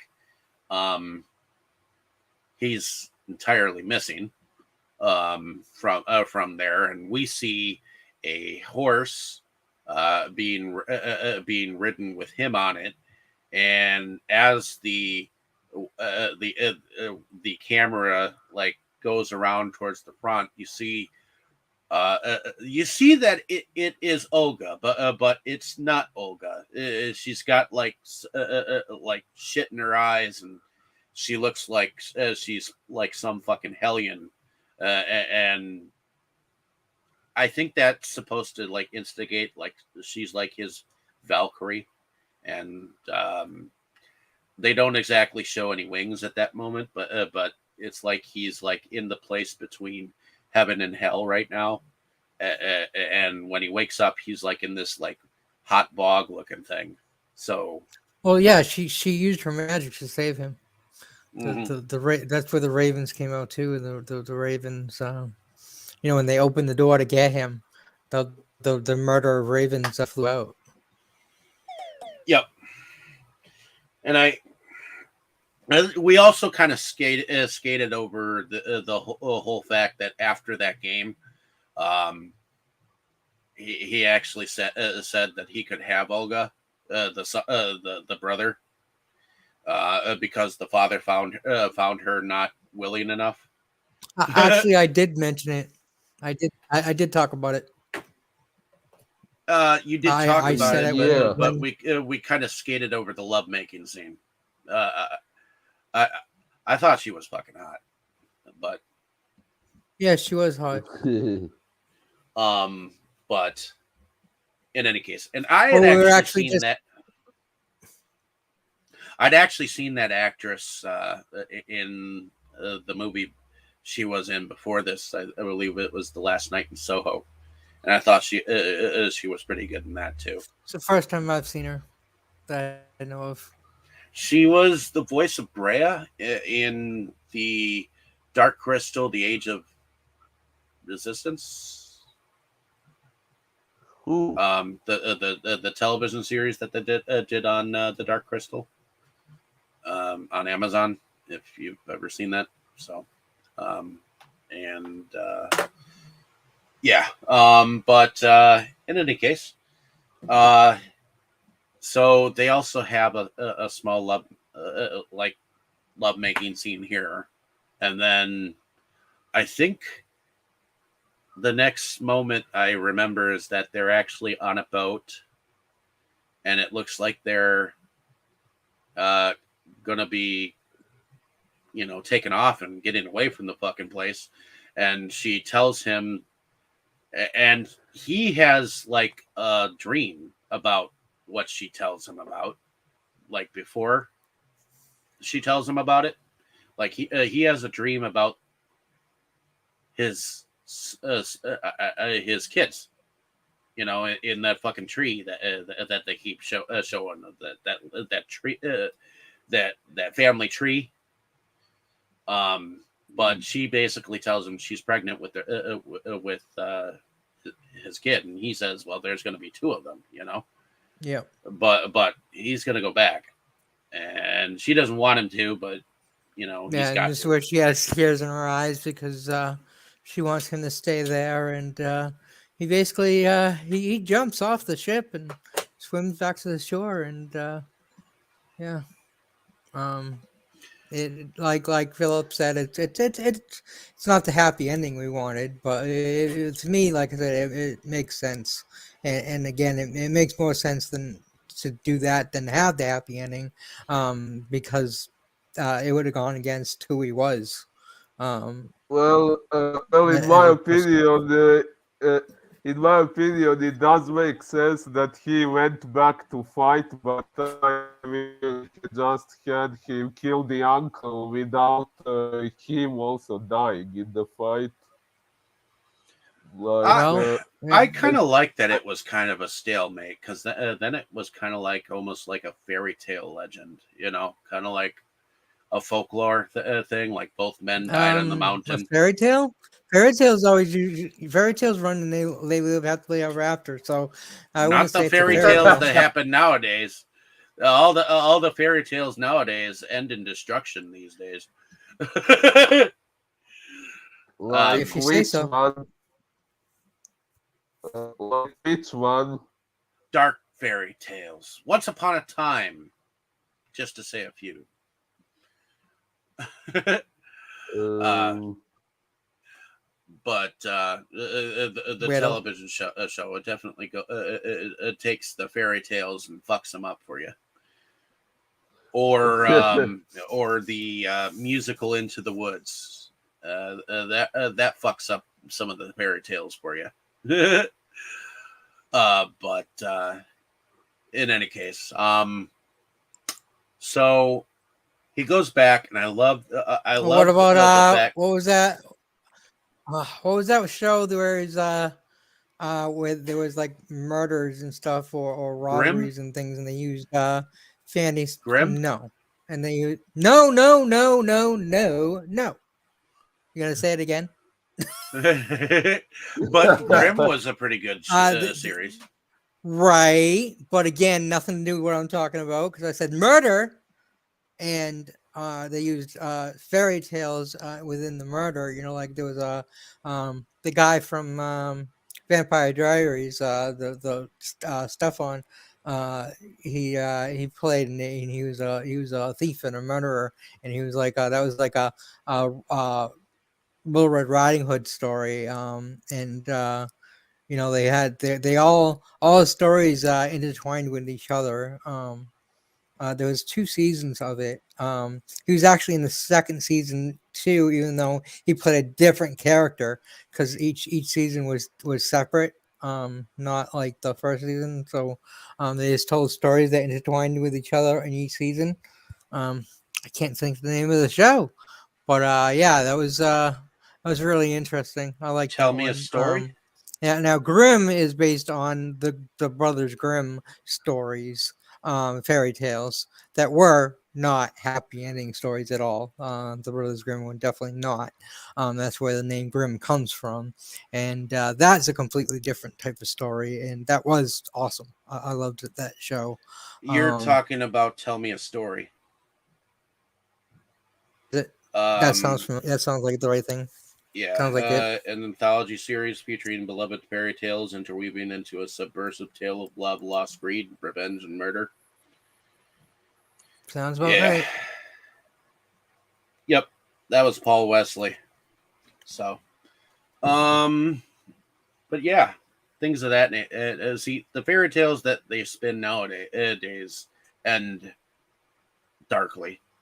But fairy Depends on who's tales telling it. often would end in happy places, more or less. The traditional fairy tales. Yeah, but you know, Hansel and Gretel was always a darker story where they like got rid of the witch and and baked her ass. You know, so. Well, in the traditional story, the witch was bad. I loved the Buffy spin on it. That Hansel and Gretel were actually a demon. That they did it like every few so many years. They would go to a town and turn it apart. Rip it apart because they show up as 2 dead kids and in Buffy they figured out like, wait a minute, what do we know about the kids? We know about their death, but we don't know anything about their life. Who they were, where they go to school, who their parents were, like, and finally they started thinking about it and realized, it wasn't just that the town was turning on itself, but they were using it's magic to make the town go even crazier than they were, and of course once they burn their kids, then they would break out of it and be completely broken from realizing what they had done. Yeah, that story, the way Buffy told it, was really interesting. I really enjoyed how they made out the witch or the people to be the good ones and the children being the evil ones. It was definitely a different way to tell the story, and I definitely loved it myself. Well, So. and I did like the way in which he began to like kill the remaining men of his uncles when he first came back, after the one soldier was starting to march towards a certain way. He heard a scream. He looked towards that direction, and he saw one soldier get killed, and another was running. And then he thought he saw someone getting killed,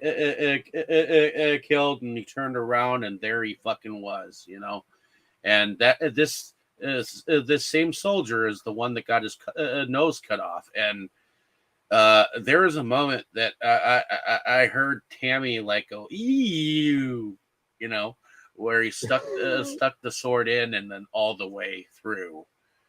That right, Tammy?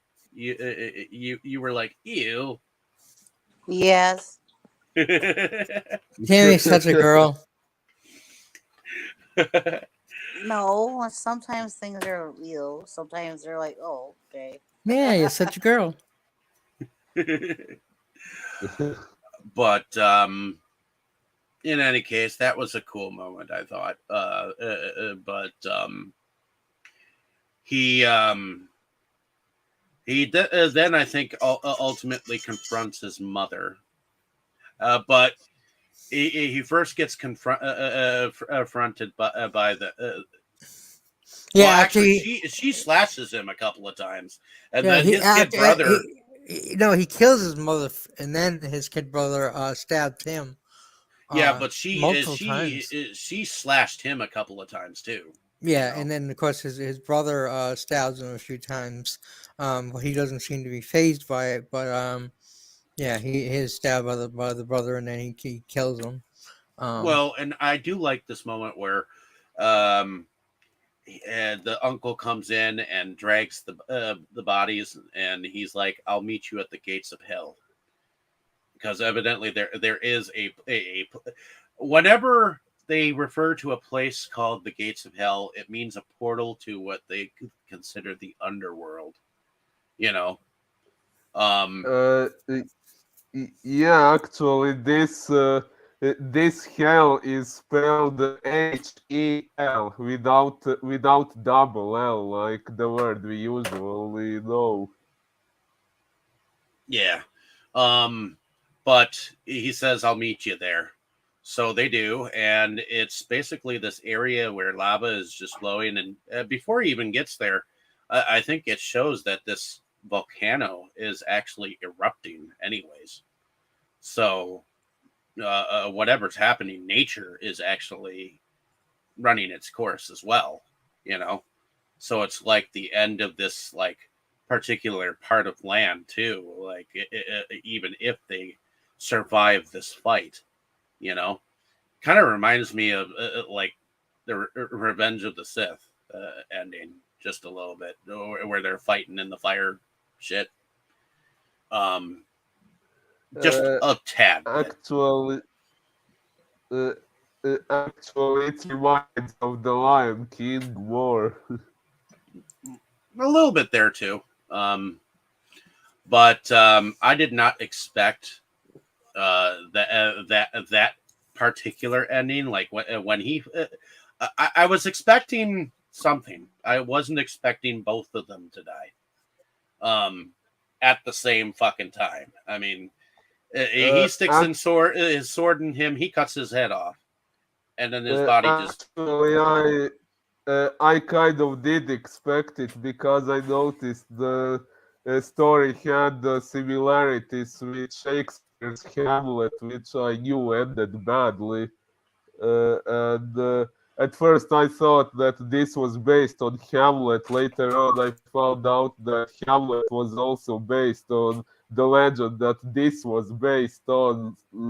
But yeah, there is still a connection, and I knew Hamlet had a tragic ending, so I imagined something like that would happen here too. But yeah, I still think that ending sucks, no matter which version it originates from. I think it's a cool ending. It may not have been the ending that I would have wanted per se. Maybe I would have wanted to see him happy, but what is the ending you needed? At the end of the day, I'm fine with it. Just because you know, back in them days, Like if you ever saw endings. Dexter, like everyone complained about Dexter's ending, and like me and Mo used to talk about it. Like it made 100% sense. Like for what he was, he had the best ending he could possibly have. He didn't end up in prison and he didn't end up dead. So what more do you want? He's a murderer. Whether or not you believe in he was doing right or not by the people he murdered were murderers, he was still a murderer, plain and simple. So he wasn't gonna have a happy ending, and all those people that thought so were just naive and kidding themselves. Of course, that led to them reviving the season, which I still haven't seen yet. But yeah, I personally, of course, I like the happy ending, and I would like to have seen him end up, but it made way more sense for having the ending they had than to have a happy ending. Sometimes you just get a happy ending. It does make sense to have the happy ending. Yeah, And this, nowadays I think but with so much uproar, sometimes the studios actually do come back and like finish shit. You know, like it was finished, and it didn't need to. It didn't need to get more because it already was finished, and already was finished. Right, it was just not finished the way it made people popular, just like Game of Thrones. Again, I didn't like the end of Game of Thrones. It makes sense. I understand why it was done and why they did it.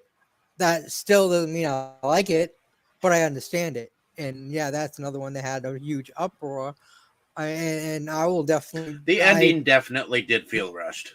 Great game, and then he's ending, Where the dragon and then just you came see down on really everyone, the and kid that does nothing in the whole the kid just does nothing at the fucking through the whole fucking show. You think he's gonna be a badass like wizard type character and have magic or something, and he doesn't do anything the whole goddamn show, and then he becomes the king. Like, really? I mean, I get why they did it, but it was just lame in my opinion. Just completely lame. I really wanted John and Daenerys, even though they were aunt and nephew, but again, they didn't know it. They didn't find out after they were sleeping together.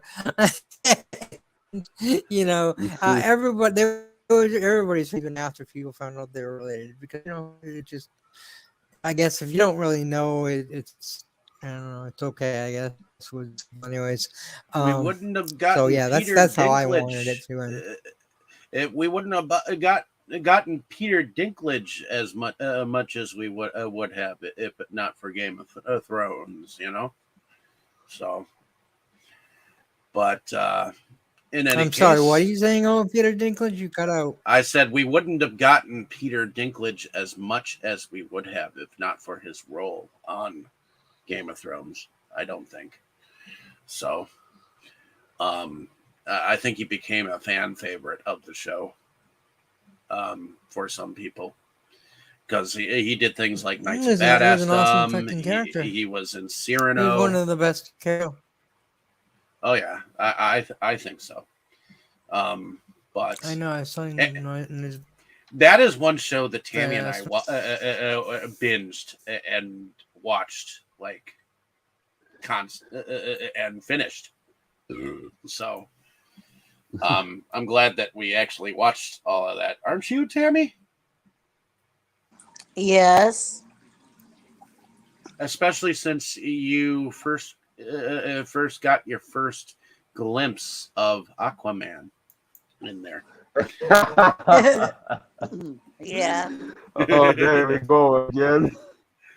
But in any case, getting back to this the scene, I do like I said, I do like that like lead up killings to that ending, and though the ending wasn't what we expected, it was what we got, and ultimately it showed like that tree and linkage, and that his line will continue, and that's pretty much the story of the Northman. Like his line does continue, and you never know what you might get. Whether we will get a sequel to this, I don't know, but I thought this was an interesting story, to say the least. I think we're at the point of production though now. So, did you want to lead us in that, Ron?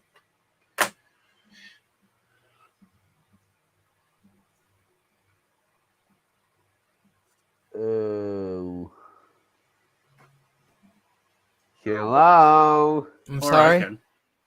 Did you want to lead us in the production?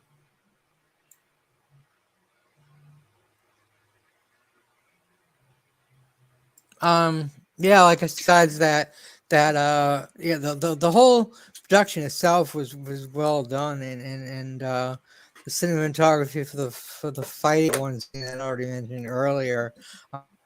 I don't know if you guys noticed it, but yeah, just like I said, it was just really amateurish, and I don't know, just that one scene, the way they cut it or whatever, it just really felt completely fake. I mean, we know they're not really killing each other while making the movie, but they usually make it so it seems like they are, and they do a very good job of that. And this definitely felt like a homemade movie where you just have to suspend your the suspension of disbelief is a lot harder to swallow when it looks so fake like that. And yeah, I don't know what happened there, but it's definitely puts a light on the movie.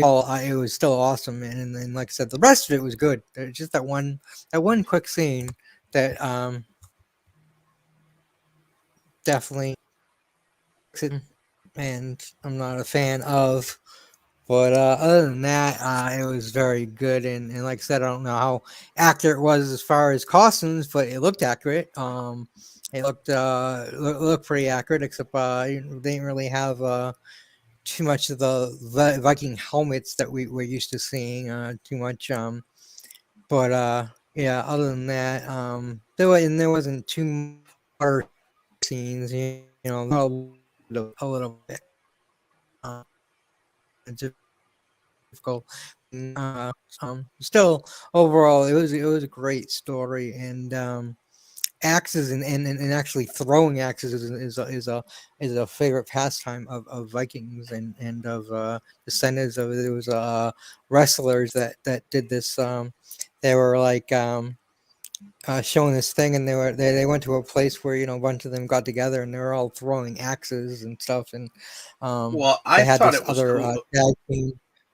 They had this other black tag team that were with them as friends, and they were trying to throw the axes too. And of course, they weren't very good at it, because they weren't used to throwing axes. So it was very interesting.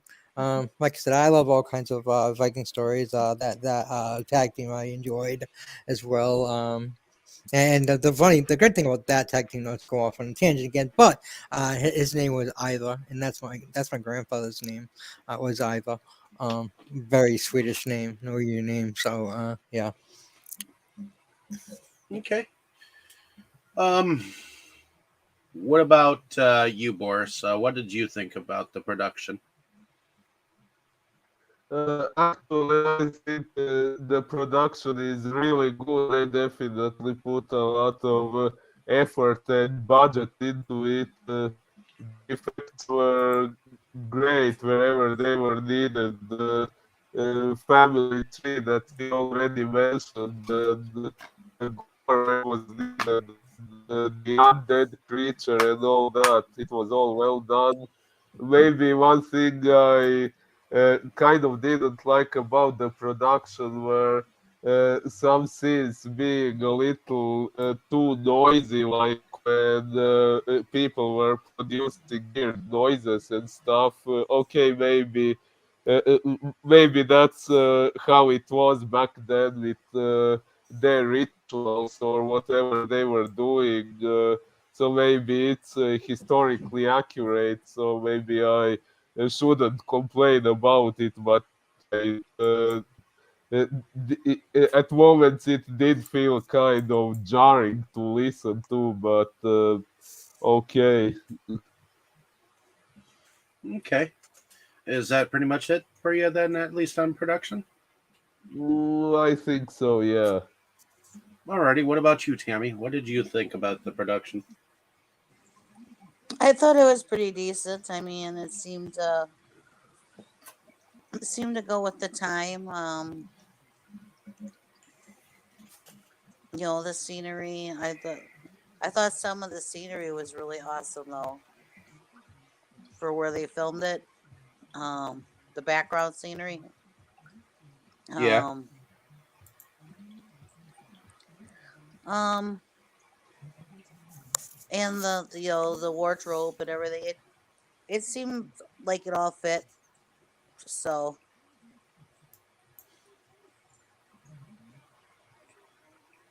that's Yeah, about it. I guess the filming locations were in Iceland. Hekla Rangar Valais Sisla, Iceland, Bangor County down Northern Ireland, um, and Banger! I hardly know her. Belfast,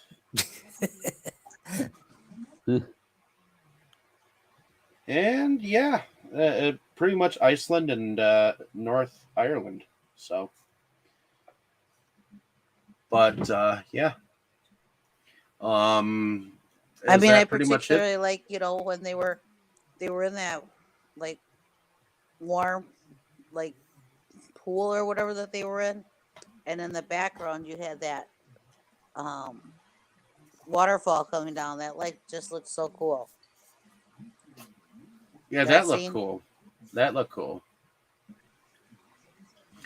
Um, as far as production goes, I think that each of the locations were pretty cool. I love it when they go and film in these like areas that look so barren and beautiful and stoic and you know kind of picturesque in the background, and also finding like the proper cave places for the certain scenes, like the cave in which they went to get to become a man and to um, do that kind of thing, or to go and grab the sword. You know, it was like in some abandoned area. You know, that looked like it was not touched for like years. You know, so I do like that those aspects of the production, and you know, to make it look so barbaric, uh, even with the crew and without. I thought the uh, the dress, their clothing was of the time period, so it's definitely a period piece. I do think that costume design was pretty cool. Um, Other than that, I think it was a well done production. I didn't notice the fakery in the scene that you were mentioning, but I'll have to go back and rewatch that scene eventually just to see what you were talking about. um, Maybe pay attention a little bit more, because if you're like really looking to nitpick. I was not looking to nitpick. I never do, but it was very blatant. Well, your ideas of fake and my ideas are fake are not exactly in sync sometimes. So Maybe not, but this was very, very fake. This was your um the movie fake, like not even the B movie quality. You know what I'm saying? Like whatever you call them, um, like I fake do fake. have to say like later on, and like when he goes in and like tell right afterwards, he tells the rest of the slaves, hey, uh, have your freedom, go what you will. A little bit before that, he slit one of the soldiers' guts, and the guts spilled on the floor. I loved that moment. Oh yeah, like I said, everything was great except for that one tiny little part. Everything else was great. But give me a second. I'll let Philippe back in. I didn't even know he like it. Yeah, my Hello. internet connection is not functioning again. Okay. Well, I think we're gonna talk about the music now. The what did y'all think about the music? I Wait. actually thought, or what? Did you want to talk about something else? Oh, you mean the chanting and stuff? Well, I thought it was I thought like okay, the wolf one was the other one after that was like weirder. The chanting, I don't know, the music felt like like new music where and then they try to put like richer words into it, and the words were cool, but the music, the beat just didn't feel right. The beat just felt something newer, not something old. To me, so I don't know. I like the words. But the beat they used, I was not really a fan of. At least in the second one, Ritual. The one after it was okay. Um, but yeah, so I just was not a. I don't know. It just. I mean, it was a cool beat. Just didn't feel like it fit. You know what I'm saying? It just felt like it was for a different time period than the time period that they were trying to go for, in my opinion, on that. So that's my thoughts on the music. okay. Well, the music was done by Robert Carolyn and Sebastian Gainsborough, and neither one of them have a really long career as being composers. Uh, in fact, Yeah, Robin so you're liable to screw Carolyn up when you start out. Robin Carolyn is brand new to I guess be being a music composer, so that's something the director decided to go with someone that was brand fucking new to the thing, which is cool because you oftentimes directors will go with like people who have a reputation or at Oh, least well experience. established. Yeah, The well the established. director is new. The director is young, and he hasn't directed a lot. You know, he's directed a couple things, but you know, The he's director pretty new has too. the director's not really new. He's He's young. actually He's young. He is new. He is not. He hasn't done tons of movies. yeah, but he has at least 4 or 5 hits under his belt now. So That's about all the um, movies he's done. So I'm not saying he's not good. I'm just saying he's new and compared to some. Gainsborough, I guess he did some additional music to something called Anna, which was a TV series, and then a movie that was called The Handmaiden back in 2016. I guess Handmaiden was a great movie. he was the he did the trailer music. Uh, he was the composer for that trailer, and I guess he did like some something for a TV series called The Sinner, and then something for Waterloo Road. I guess he was a performer on certain songs, Red Sex in The Sinner and Anima in Waterloo Road, which I don't know any of those. Nope, neither. But at least he has a little bit of experience, but it seems like he's still relatively new. So he, them two together made up the Like music. compared to the composers that you read off, they have a long list of usually lots of great movies that they had done. So yeah, this is definitely both of them are very newish compared to what you usually um, spot off at about. So Yep. So I guess we'll go into favorite characters and or favorite scenes. So we'll start with you, Tammy. What was a favorite character and what were your favorite scenes? I always forget the name of the girl. Olga. Olga. Huh? Olga, yes. She was my favorite character. And my favorite scene was um when it when he got when he got out of that place by the ravens, and you see him on the horse, and it kind of looks like her on the horse with him, and they go like over the cliff and go. Looks like they're flying. That whole like magical like looking scene. Yeah, where it looks like she's going to become a Valkyrie at that point in time. Yeah, Yeah, that scene is pretty cool. that's my favorite scene. Okay. Did you have any others that you wanted to note, or Even is though that I pretty much said, it? even though I said ew, that was kind of like really different. That he took that sword that went right through his nose and right through you. That was, yeah. Okay.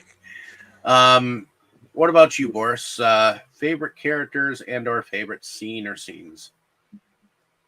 Ooh, my favorite character would maybe also be Olga, although I did like the main character too, but yeah, she was probably the best because she wanted to get him away from it all to live a peaceful life instead of all this shit. So yeah, she was probably be my favorite and favorite scene. Well, there were actually several that I did like the one when he beat that guy to death with his head during the so-called sport game, whatever the actual name of that game was. That was a good moment. Or the battle in which he got the sword from the undead guy. That was cool too. I also liked the part when they saw corpses and said it was done by Christian monsters and Christian swines. Like that scene just because I found those phrases funny and because of what happened at the cinema when I saw that scene, which I mentioned before. Oh, and he'll be back. And while we're waiting for him to be back, I guess I'll go into my favorite scenes and our favorite character. I think the Northman is my favorite character, and I'll go back to that after we add Philippe back. Uh, hey, can you hear me? My god, internet connection is acting like shit. What was the last thing you heard me say? I think you were speaking about how Your you favorite, liked your that. favorite scene about the Christians. Yep.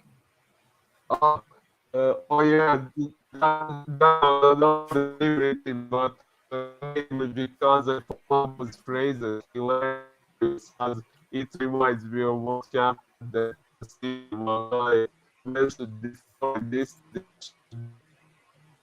Then what else? I think there were some other things I did like. Yeah, I did. Uh, uh,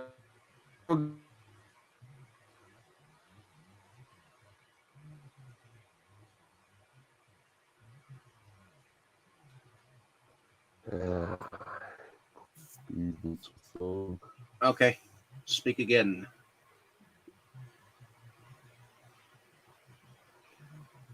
Uh, hello.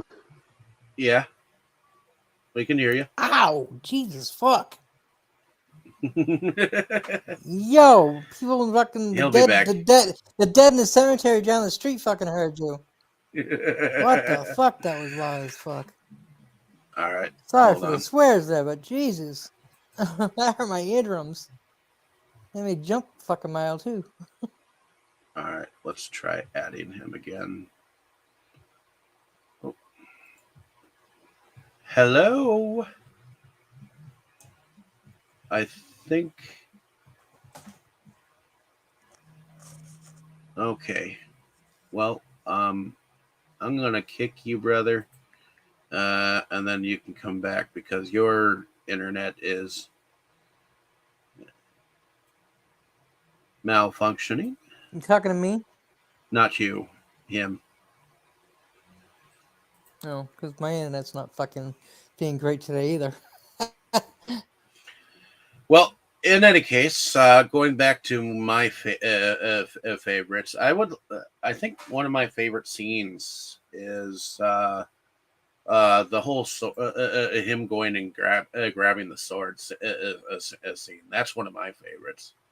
The fact that he tries to take the sword and the thing decides to like get up and um, he has that entire battle and he goes into the fucking moonlight. That's my favorite scene, and for some reason I like the ending, where it's kind of like a stalemate, and I think I like that part where with the guts, where he comes, dude just comes in with the slash guts and the guts fall out on the floor.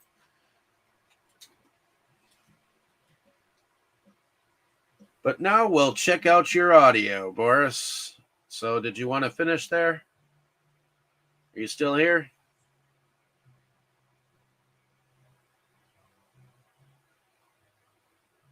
Hello.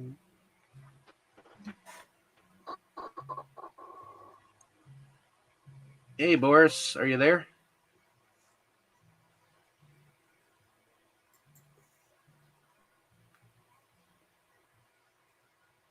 Boris, are you there? Oh, not quite yet. Is there anything else that anyone wants to add before we have him back on for his last stuff?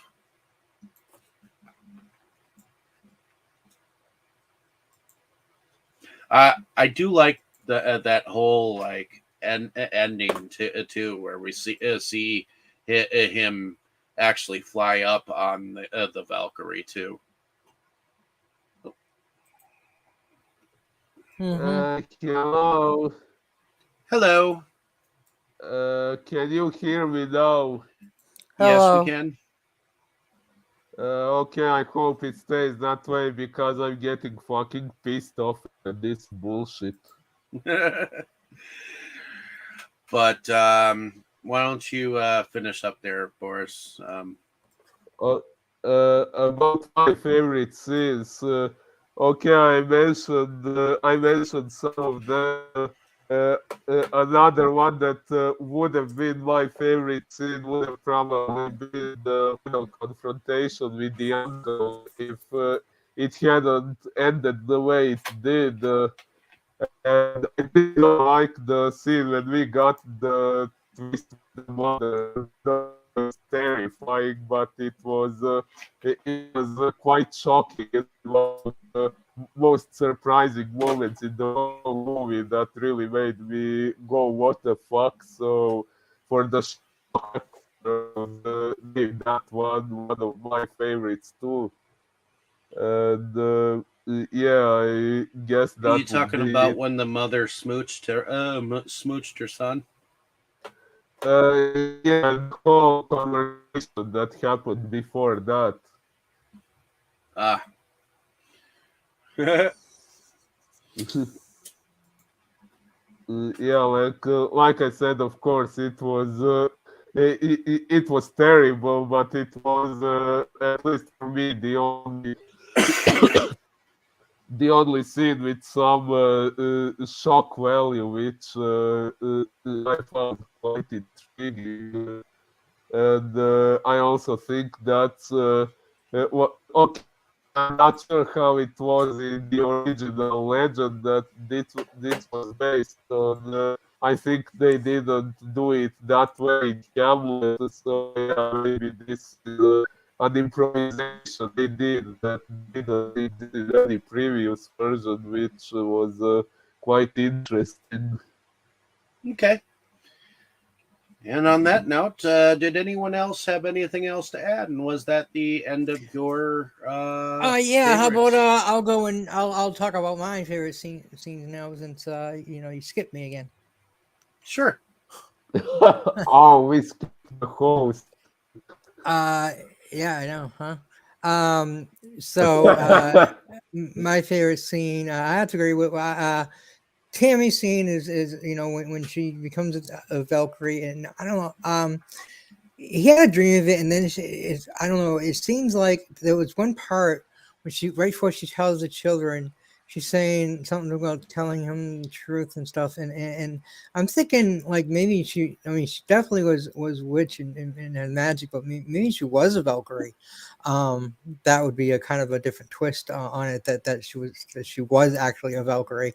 Um, you know in like Mm. more of her human form.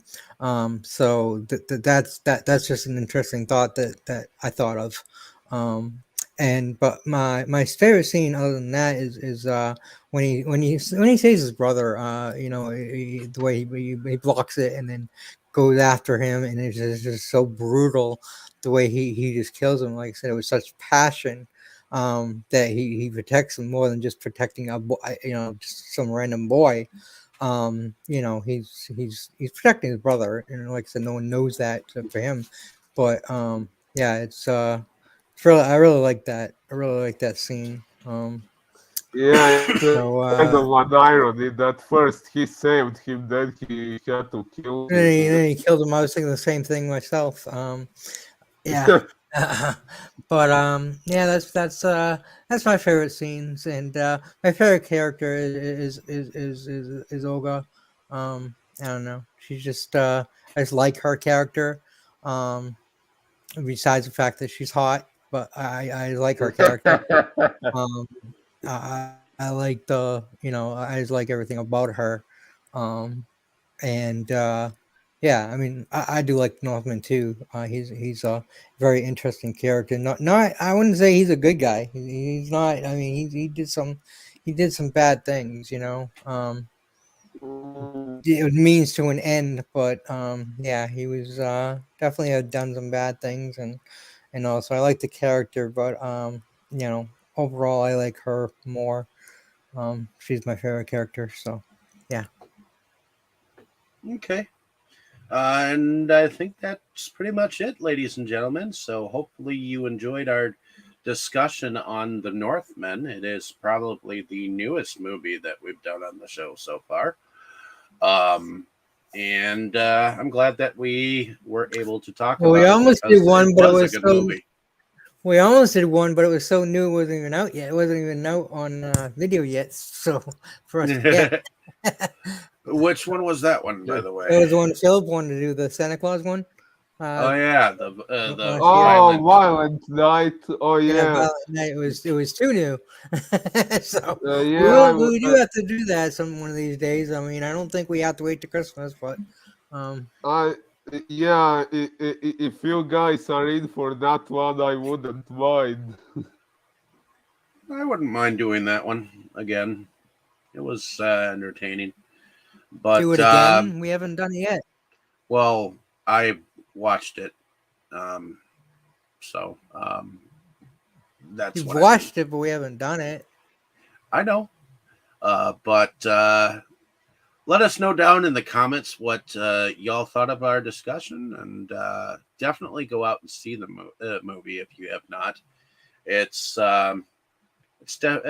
definitely not a bad movie, and I'm I wasn't um, I wasn't unimpressed with it, so I'm glad I was able to see it and see it again. And, uh, hopefully, next week when we come back, we'll be able to bring you something more to the table, which I believe I have picked the movie that I want, and I think I want to go with the 13th Warrior, which is another Viking film Ooh.